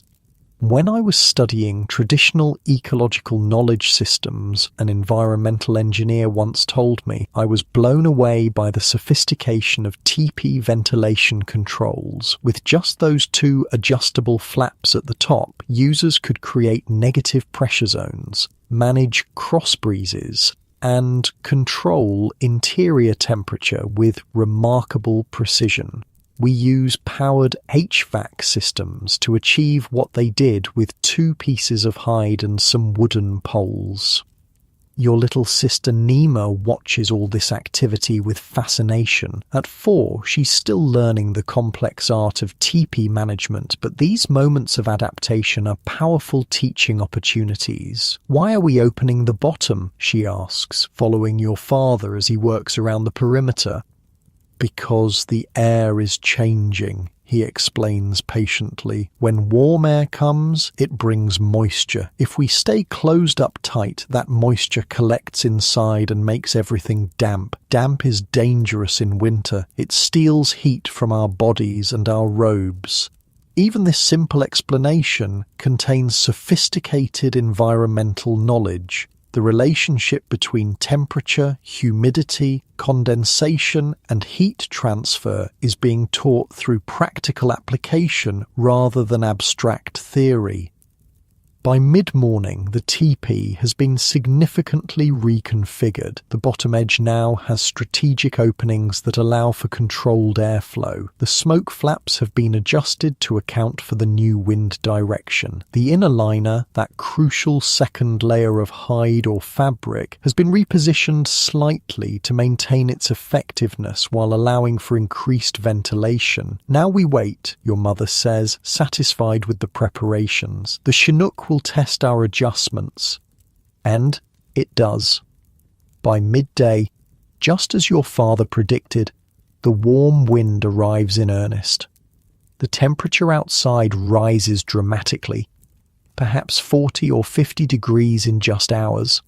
What had been 30 below zero yesterday might reach 20 above by afternoon. Snow begins to melt from the teepee covering. The sound of dripping becomes a constant background accompaniment. Inside, the effects would be immediately problematic without the adjustments you've made. The rapid temperature increase would create condensation on every surface. Melting snow and ice would drip through any available opening. The fire necessary for survival yesterday would become uncomfortably hot today. But the reconfigured teepee handles these changes with remarkable efficiency. The adjusted smoke flaps draw excess heat upward and out. The opened bottom edge allows fresh air to circulate, preventing dampness and mustiness. The repositioned liner catches any drips from melting ice on the poles or covering, directing the moisture away from people and possessions. Perfect, your father pronounces after checking the interior conditions. Dry floors, good air, no smoke backup. This isn't just casual praise. In winter, maintaining the right interior environment isn't a matter of comfort. It's essential for survival. Damp clothing or bedding can't provide proper insulation. Moisture-laden air pulls heat from the body faster than dry air. Smoke that doesn't vent properly can cause respiratory problems or, in extreme cases, carbon monoxide poisoning. Many white settlers died in winter not from cold directly, but from the secondary effects of poor shelter design, a historical climatologist once explained to me. They'd build cabins that couldn't adapt to changing conditions. During cold snaps, they'd freeze. During warm spells, they'd deal with dripping ceilings and dampness that led to illness. The teepee's adaptability was actually far superior for the climate extremes of the plains. With the teepee properly adjusted for the Chinook conditions, the family's activities change as well. The brutal cold had kept everyone inside for days, conserving energy and warmth. Now, with the temporary warming, essential outdoor tasks can be accomplished. Your father and older sister head out to check traps and possibly do some hunting. Your mother takes advantage of the warmer air to bring some frozen meat out of storage and begin processing it, a task that would be painfully difficult in the extreme cold. Even Nima gets to spend some time outside, burning off the physical energy that's been contained during the cold snap. You're assigned to teepee maintenance, monitoring the structure throughout the day and making small adjustments as conditions continue to evolve. It's an important responsibility, one that recognizes your growing knowledge of shelter management. Watch for dripping inside, your mother instructs before turning to her meat preparation, and check the ground at the edge. Water shouldn't be pooling. These seemingly simple instructions actually require sophisticated observation and analysis. You'll need to monitor multiple systems simultaneously: the effectiveness of the ventilation, the management of melting snow and ice, the temperature balance, the structural stability in changing wind conditions. As the day progresses, you make several minor adjustments. When melting snow begins to drip too heavily on one section of the covering, you use a long stick to carefully clear it away. When the wind shifts slightly in afternoon, you adjust one smoke flap to maintain optimal draft. When sunshine directly hits one side of the teepee, creating localized heating, you open that section slightly more to prevent overheating. Every teepee is alive, your grandfather used to say. It breathes, it moves, it changes. Our job is to listen to what it needs. This perspective, seeing the shelter not as a static object but as a dynamic system requiring constant attention and adjustment, is fundamental to Plains winter survival. The teepee isn't something that simply exists around you. It's something you actively manage and maintain in an ongoing relationship. By late afternoon, clouds begin building on the horizon again, and the wind takes on a different quality. Still warm, but with an unstable, gusty character that experienced plains dwellers recognize immediately. "Storm coming," your father announces when he returns from checking traps. Not cold again yet, but wet. Snow tonight, probably turning to ice. This new forecast requires yet another reconfiguration of the teepee. What has been opened up for the warm Chinook wind must now be adjusted for precipitation and changing wind patterns. Close up the bottom again, your mother directs, already moving to secure her meat processing work. But not completely. We still need the ventilation until the cold returns. This partial closing, sealing most but not all of the bottom edge, is yet another demonstration of the teepee's remarkable adaptability. It isn't simply open or closed, but infinitely adjustable to meet specific environmental conditions. Your father focuses on the smoke flaps, positioning them to prevent rain or snow from entering while still maintaining proper draft for the fire. It's a precise art, requiring knowledge of how wind interacts with the teepee's conical shape and how precipitation behaves under different conditions. "The old ones say Chinook brings false promises," he comments as he works. "Warm today, ice tomorrow. We must be ready for both." This constant readiness, this perpetual adaptation to changing conditions, defines winter life in a teepee. Unlike modern homes with their stable, controlled environments, the teepee exists in dynamic relationship with the world around it, requiring its inhabitants to remain aware and responsive at all times. I spent a winter living in a traditional teepee as part of my anthropological fieldwork, a professor once told me. The most profound lesson wasn't about the structure itself, but about the mindset it required. You couldn't just set it up and forget it. You were constantly adjusting, adapting, responding to changing conditions. It created a level of environmental awareness I'd never experienced before. By evening, the teepee has been reconfigured once again, still partially ventilated for the lingering warmth but secured against the coming precipitation. The fire burns at moderate strength, providing light and cooking heat without overheating the interior. Outside, the first wet snowflakes begin to fall as darkness sets in, large, heavy flakes that speak of the moisture-laden air the Chinook has brought. They land on the teepee covering with soft patting sounds, distinct from the drier, lighter snow of the deep cold. Inside, your family gathers for the evening meal. Fresh rabbit from your father's traps, a welcome change from the preserved winter staples. The mood is lighter than it has been in days. The brutal survival pressure of the extreme cold temporarily lifted. Will we need to change the teepee again tonight, you ask, already anticipating the next adaptation?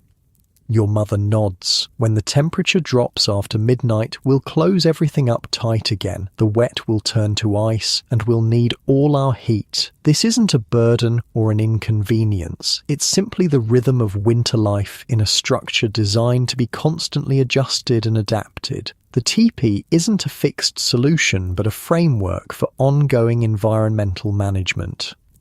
As night deepens and the wet snow continues to fall, accumulating on the teepee, covering and sliding down its sloped sides, your father makes one final check of the structure before the family prepares for sleep. "It's holding perfectly," he pronounces with satisfaction. "No leaks, good draft, stable in the wind."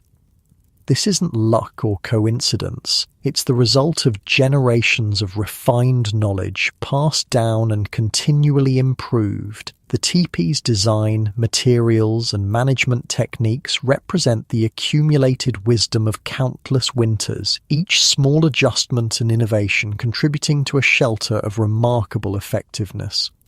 As you settle into your sleeping robes for the night, the sound of wet snow hitting the covering creates a soothing backdrop. The teepee feels different tonight, not the tightly sealed survival pod of the extreme cold, but a more breathing living space adapted to the temporary warming. Yet you know this is just another phase in the continuous adaptation. By morning, when the Chinook retreats and winter reasserts its grip, the teepee will change again, closing up, sealing in warmth, transforming back into the insulated shelter needed for deep cold.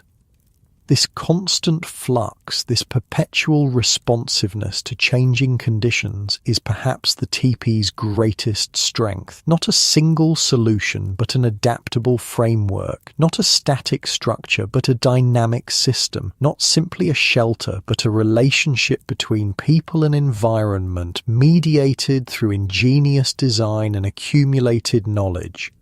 As sleep approaches, your last thought is of appreciation for this remarkable dwelling that has protected your people through countless winters, not by standing rigid against the elements, but by dancing with them in an ancient, life-preserving partnership. A month passes, then another. Winter maintains its grip on the Great Plains, but subtle changes begin to appear. The days grow incrementally longer, the sun climbs a bit higher in the southern sky. The killing cold still comes with each night, but its hold feels somehow less certain, less permanent than it did in the depths of January. You notice these shifts in your daily routine. The morning fire doesn't need to be built quite as high. The teepee covering doesn't crack with quite the same brittle sound when the wind hits it. The snow squeaks differently underfoot, still frozen, but with a hint of moisture that wasn't present weeks ago. "The light is changing," your mother observes one morning, looking up through the smoke hole as she prepares breakfast. "Spring is thinking about us." It's not here yet, not even close. On the northern plains, winter can reassert its deadly force well into what other regions might consider spring, but the first whispers of the coming change are unmistakable to those who've learned to read the subtle signs. Today, your father has declared it warm enough, perhaps only 10 below zero instead of 30 or 40, for a special expedition. You and your older sister will accompany him to check a more distant trapline that hasn't been visited since before the worst cold set in. "We need to move more," he explains as you prepare, bundling up in multiple layers of buffalo hide clothing. "We've been still too long. Our bodies need to remember how to travel." This gradual reintroduction to more distant movement is another aspect of winter survival, not rushing into extended activity after the long period of energy conservation during the deepest cold. The body needs time to readapt, to rebuild strength and stamina. Your little sister Nima is disappointed at being left behind, but at 4 winters old, she's still too small for this journey. The risk of rapid heat loss from her smaller body remains too great. Next winter, your mother promises her, when you're bigger and your fire burns stronger. This isn't just comforting words for a child, it's a practical assessment of thermal biology. Smaller bodies with less mass lose heat more quickly and have fewer reserves to generate replacement warmth. The margin between safety and danger remains narrower for the youngest and oldest members of the tribe. Outside, the day is brilliantly clear, the sky a shade of blue that seems almost impossible in its intensity. Your breath still freezes instantly, forming a cloud of ice crystals that briefly hang in the air before being carried away by the light wind. The 3 of you set off across the snow-covered plain, following a route marked by subtle signs that only experienced eyes would notice. A bent branch here, an arrangement of stones there. The snow crunches beneath your moccasins, each step breaking through a thin crust of ice formed on the surface. Remember how the teepee kept us alive through the worst of it, your father says as you walk, but also remember it wasn't just the teepee, it was everything together, the structure, the fire, the buffalo robes, the food, the family warmth, all of it working as one. This holistic understanding that survival comes not from a single technique or tool, but from an integrated system of knowledge and practice, is perhaps the most important lesson of winter life on the plains.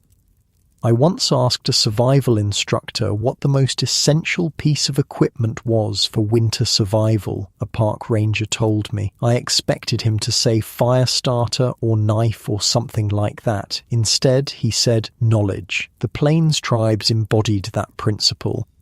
Their gear was relatively simple: hide, wood, fire, but their knowledge of how to use those materials was incredibly sophisticated. After an hour of steady walking, you reach the distant trap line, 3 simple snares set in locations where rabbit tracks converge near a stand of stunted trees. 2 are empty, but the 3rd holds a good-sized jackrabbit, its fur now fully white in winter coloration. Your father quickly retrieves and resets the trap, respectfully thanking the animal for its sacrifice. The rabbit will provide not just meat, but sinew for thread, bones for tools, and fur for lining mittens or moccasins. Nothing will be wasted. The return journey feels longer, as it always does in winter. The initial energy has been expended, and now the body must work harder to maintain warmth while moving through the cold. This is when hypothermia can sneak in, when fatigue makes you less aware of your body signals. "Tell me about being cold," your father says to you as you walk. Not idle conversation, but a teaching moment disguised as casual talk. "When your hands and feet sting, it's normal cold," you recite, remembering the lessons taught since earliest childhood. When they stop hurting and just feel heavy, it's dangerous cold. When you feel suddenly warm after being very cold, it's deadly cold. He nods, satisfied. "And what do you do for each?" "For normal cold, keep moving and stay covered. For dangerous cold, get to shelter and warm the cold parts slowly. For deadly cold..." "Yes?" he prompts when you hesitate. "For deadly cold, you need fire, skin-to-skin warmth, and to stay awake," you finish, "and to understand you might lose fingers or toes to save your life." These aren't pleasant realities, but acknowledging them directly is essential for survival. The plains tribes didn't romanticize winter or pretend its dangers could be completely eliminated. They respected it as a powerful force and prepared accordingly. As the teepee comes back into view, a dark cone against the white landscape, thin smoke rising from its top, you feel the familiar sense of relief that comes with returning to shelter. No matter how well prepared you are, winter travel always carries risk. The teepee represents safety, warmth, community. "Look how it waits for us," your sister says, pointing to the smoke that rises straight up today, indicating calm air. "It's breathing," you reply, using the traditional description. The teepee isn't just a structure to your people, it's a living entity, a protector, a partner in survival. The smoke is its breath, the hide covering its skin, the central fire its heart. Your mother and Nima greet your return with evident relief. Even routine journeys create concern in winter conditions, where a simple injury or unexpected weather change can quickly become life-threatening. "The rabbit will make good soup," your mother approves, already preparing to process this welcome addition to the winter stores. Inside the teepee, the contrast with the outdoor temperature is immediately noticeable. Not warm by modern standards, perhaps still only 40 degrees Fahrenheit, but that represents a 50-degree improvement over the outside air, enough to remove mittens, enough to work with bare hands, enough to survive. As the day progresses into evening, your father begins a task that has special significance as winter begins its slow retreat. He carefully inspects each of the lodge poles that form the teepee's structural frame, checking for any cracks, splits, or weaknesses that might have developed during the extreme cold. "The poles remember the winter," he explains as he works. "They tell us how hard it was by how much they've changed." This isn't just poetic language, it's practical engineering. The wooden poles expand and contract with temperature changes. They bear different loads as snow accumulates and then melts from the covering. They endure the constant stress of wind and the daily cycle of heating and cooling. Understanding how they've weathered these challenges helps predict their future reliability. "People think technology is modern," an indigenous engineer once told me, but the Plains tribes were doing sophisticated materials testing and structural engineering centuries ago. They just used different language to describe it. After the evening meal, as darkness settles over the plains and the stars emerge in the crystalline sky, the family gathers close to the central fire for what has become a winter tradition, the remembering. "Who will begin tonight?" your father asks, looking around the circle of firelit faces. "I will," your older sister volunteers. "I remember the night of the great wind when the teepee spoke with 100 voices but still stood strong." She's referencing a particularly violent storm from early winter when hurricane-force winds tested the teepee's structural design to its limits. The hide covering vibrated with such intensity that it created an eerie, multi-toned humming that did indeed sound like many voices singing together. "I remember," everyone responds in unison. "I remember when the ground tried to steal our warmth, but we laid the new mats and kept it away," you offer next, citing the day when you helped replace the insulating floor coverings. "I remember," comes the group response. Even little Nima participates. "I remember when lots of people slept here and we were like a pile of puppies," she says, giggling at her own contribution. "I remember," everyone confirms, smiling at the child's perspective on the emergency shelter arrangement. This isn't just nostalgic reminiscing. The remembering is a practical oral record of the winter's challenges and solutions, a way of cementing crucial survival knowledge through shared recollection. Without written language, the Plains tribes relied on these communal memory practices to preserve and transmit life-saving information. The most sophisticated survival manual ever created wasn't written, a cultural anthropologist once explained to me. It existed in the shared memory of indigenous communities, constantly updated, refined, and transmitted through practices like communal storytelling. Your mother's turn comes last, as is traditional. As the keeper of the teepee, her remembrance usually focuses on the shelter itself. I remember how the teepee has been our mother since the first snow, she says, her voice taking on the formal cadence of traditional speech, how it has held us in its circle, kept us from the killing cold, sheltered our fire, protected our breath, how it has moved when it needed to be strong, stayed firm when it needed to be still, how it has been alive with us through the moons of ice. I remember, everyone affirms one final time. This anthropomorphizing of the teepee, treating it as a living entity with agency and intention, isn't just cultural flourish, it's a powerful conceptual framework that helps maintain the constant awareness and respect needed to properly manage this life-critical shelter. After the remembering concludes, the family prepares for sleep. The fire is banked for the night. Sleeping robes are arranged in their familiar pattern. The smoke flaps are adjusted one final time to create the optimal draft for the night's wind conditions. These routines, repeated night after night throughout the winter, have become something beyond mere habit. They're a form of physical meditation, a bodily knowledge so deeply ingrained that it requires no conscious thought. Every movement is efficient, purposeful, refined by countless repetitions and generations of accumulated wisdom.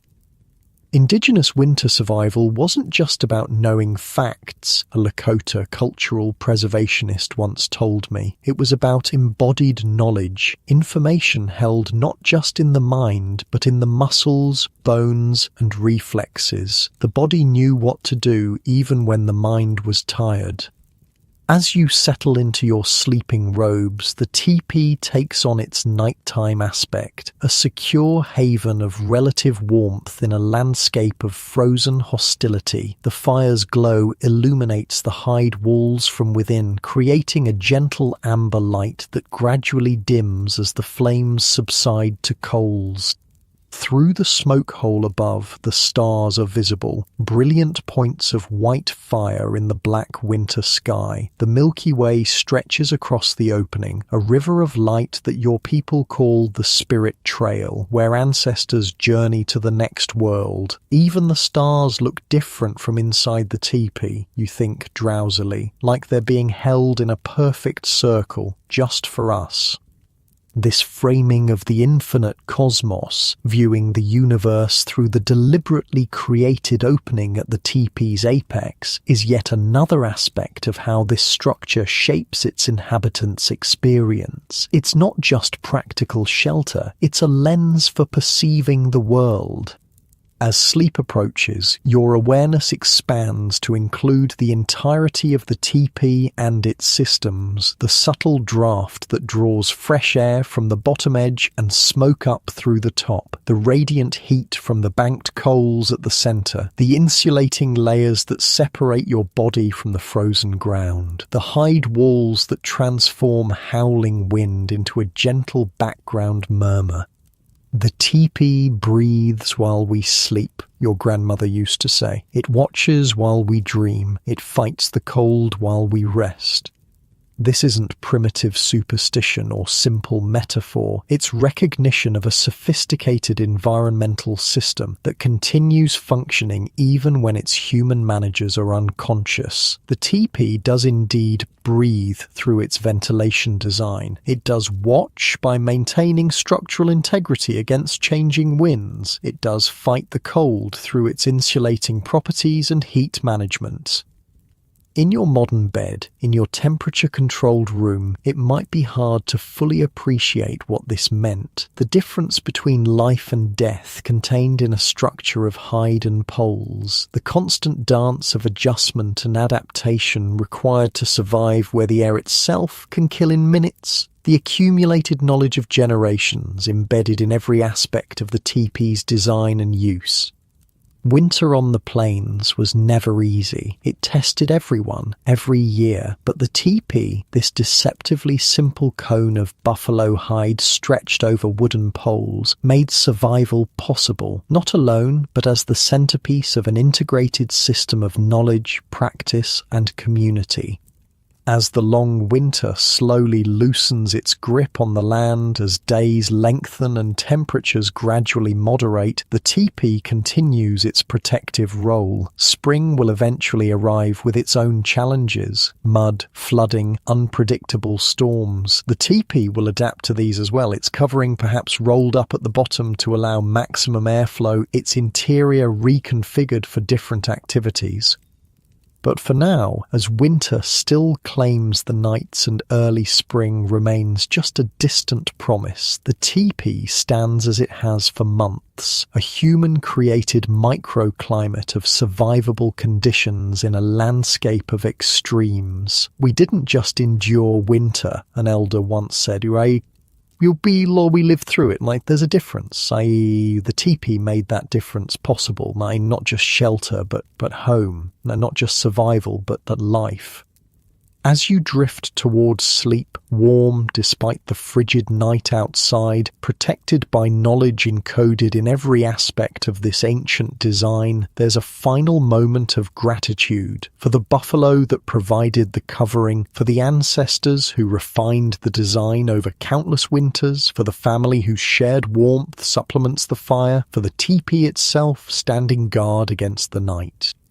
The teepee wasn't just a tent, it was a survival machine, and as winter stars wheel slowly overhead, as the banked fire breathes red in the darkness, as the hide walls stand firm against the night wind, it continues its ancient work of keeping human life possible in one of Earth's most challenging environments. Perhaps as you rest in your modern bed, far removed from the killing cold of a plains winter night, you might appreciate anew this remarkable achievement of indigenous engineering and knowledge. And as you drift toward your own dreams, carried on the story of survival and ingenuity across time, remember that sometimes the greatest technologies aren't the newest or the most complex, but the most perfectly adapted to their purpose. Sleep well. The teepee stands guard in memory, just as it did for countless winters on the Great Plains.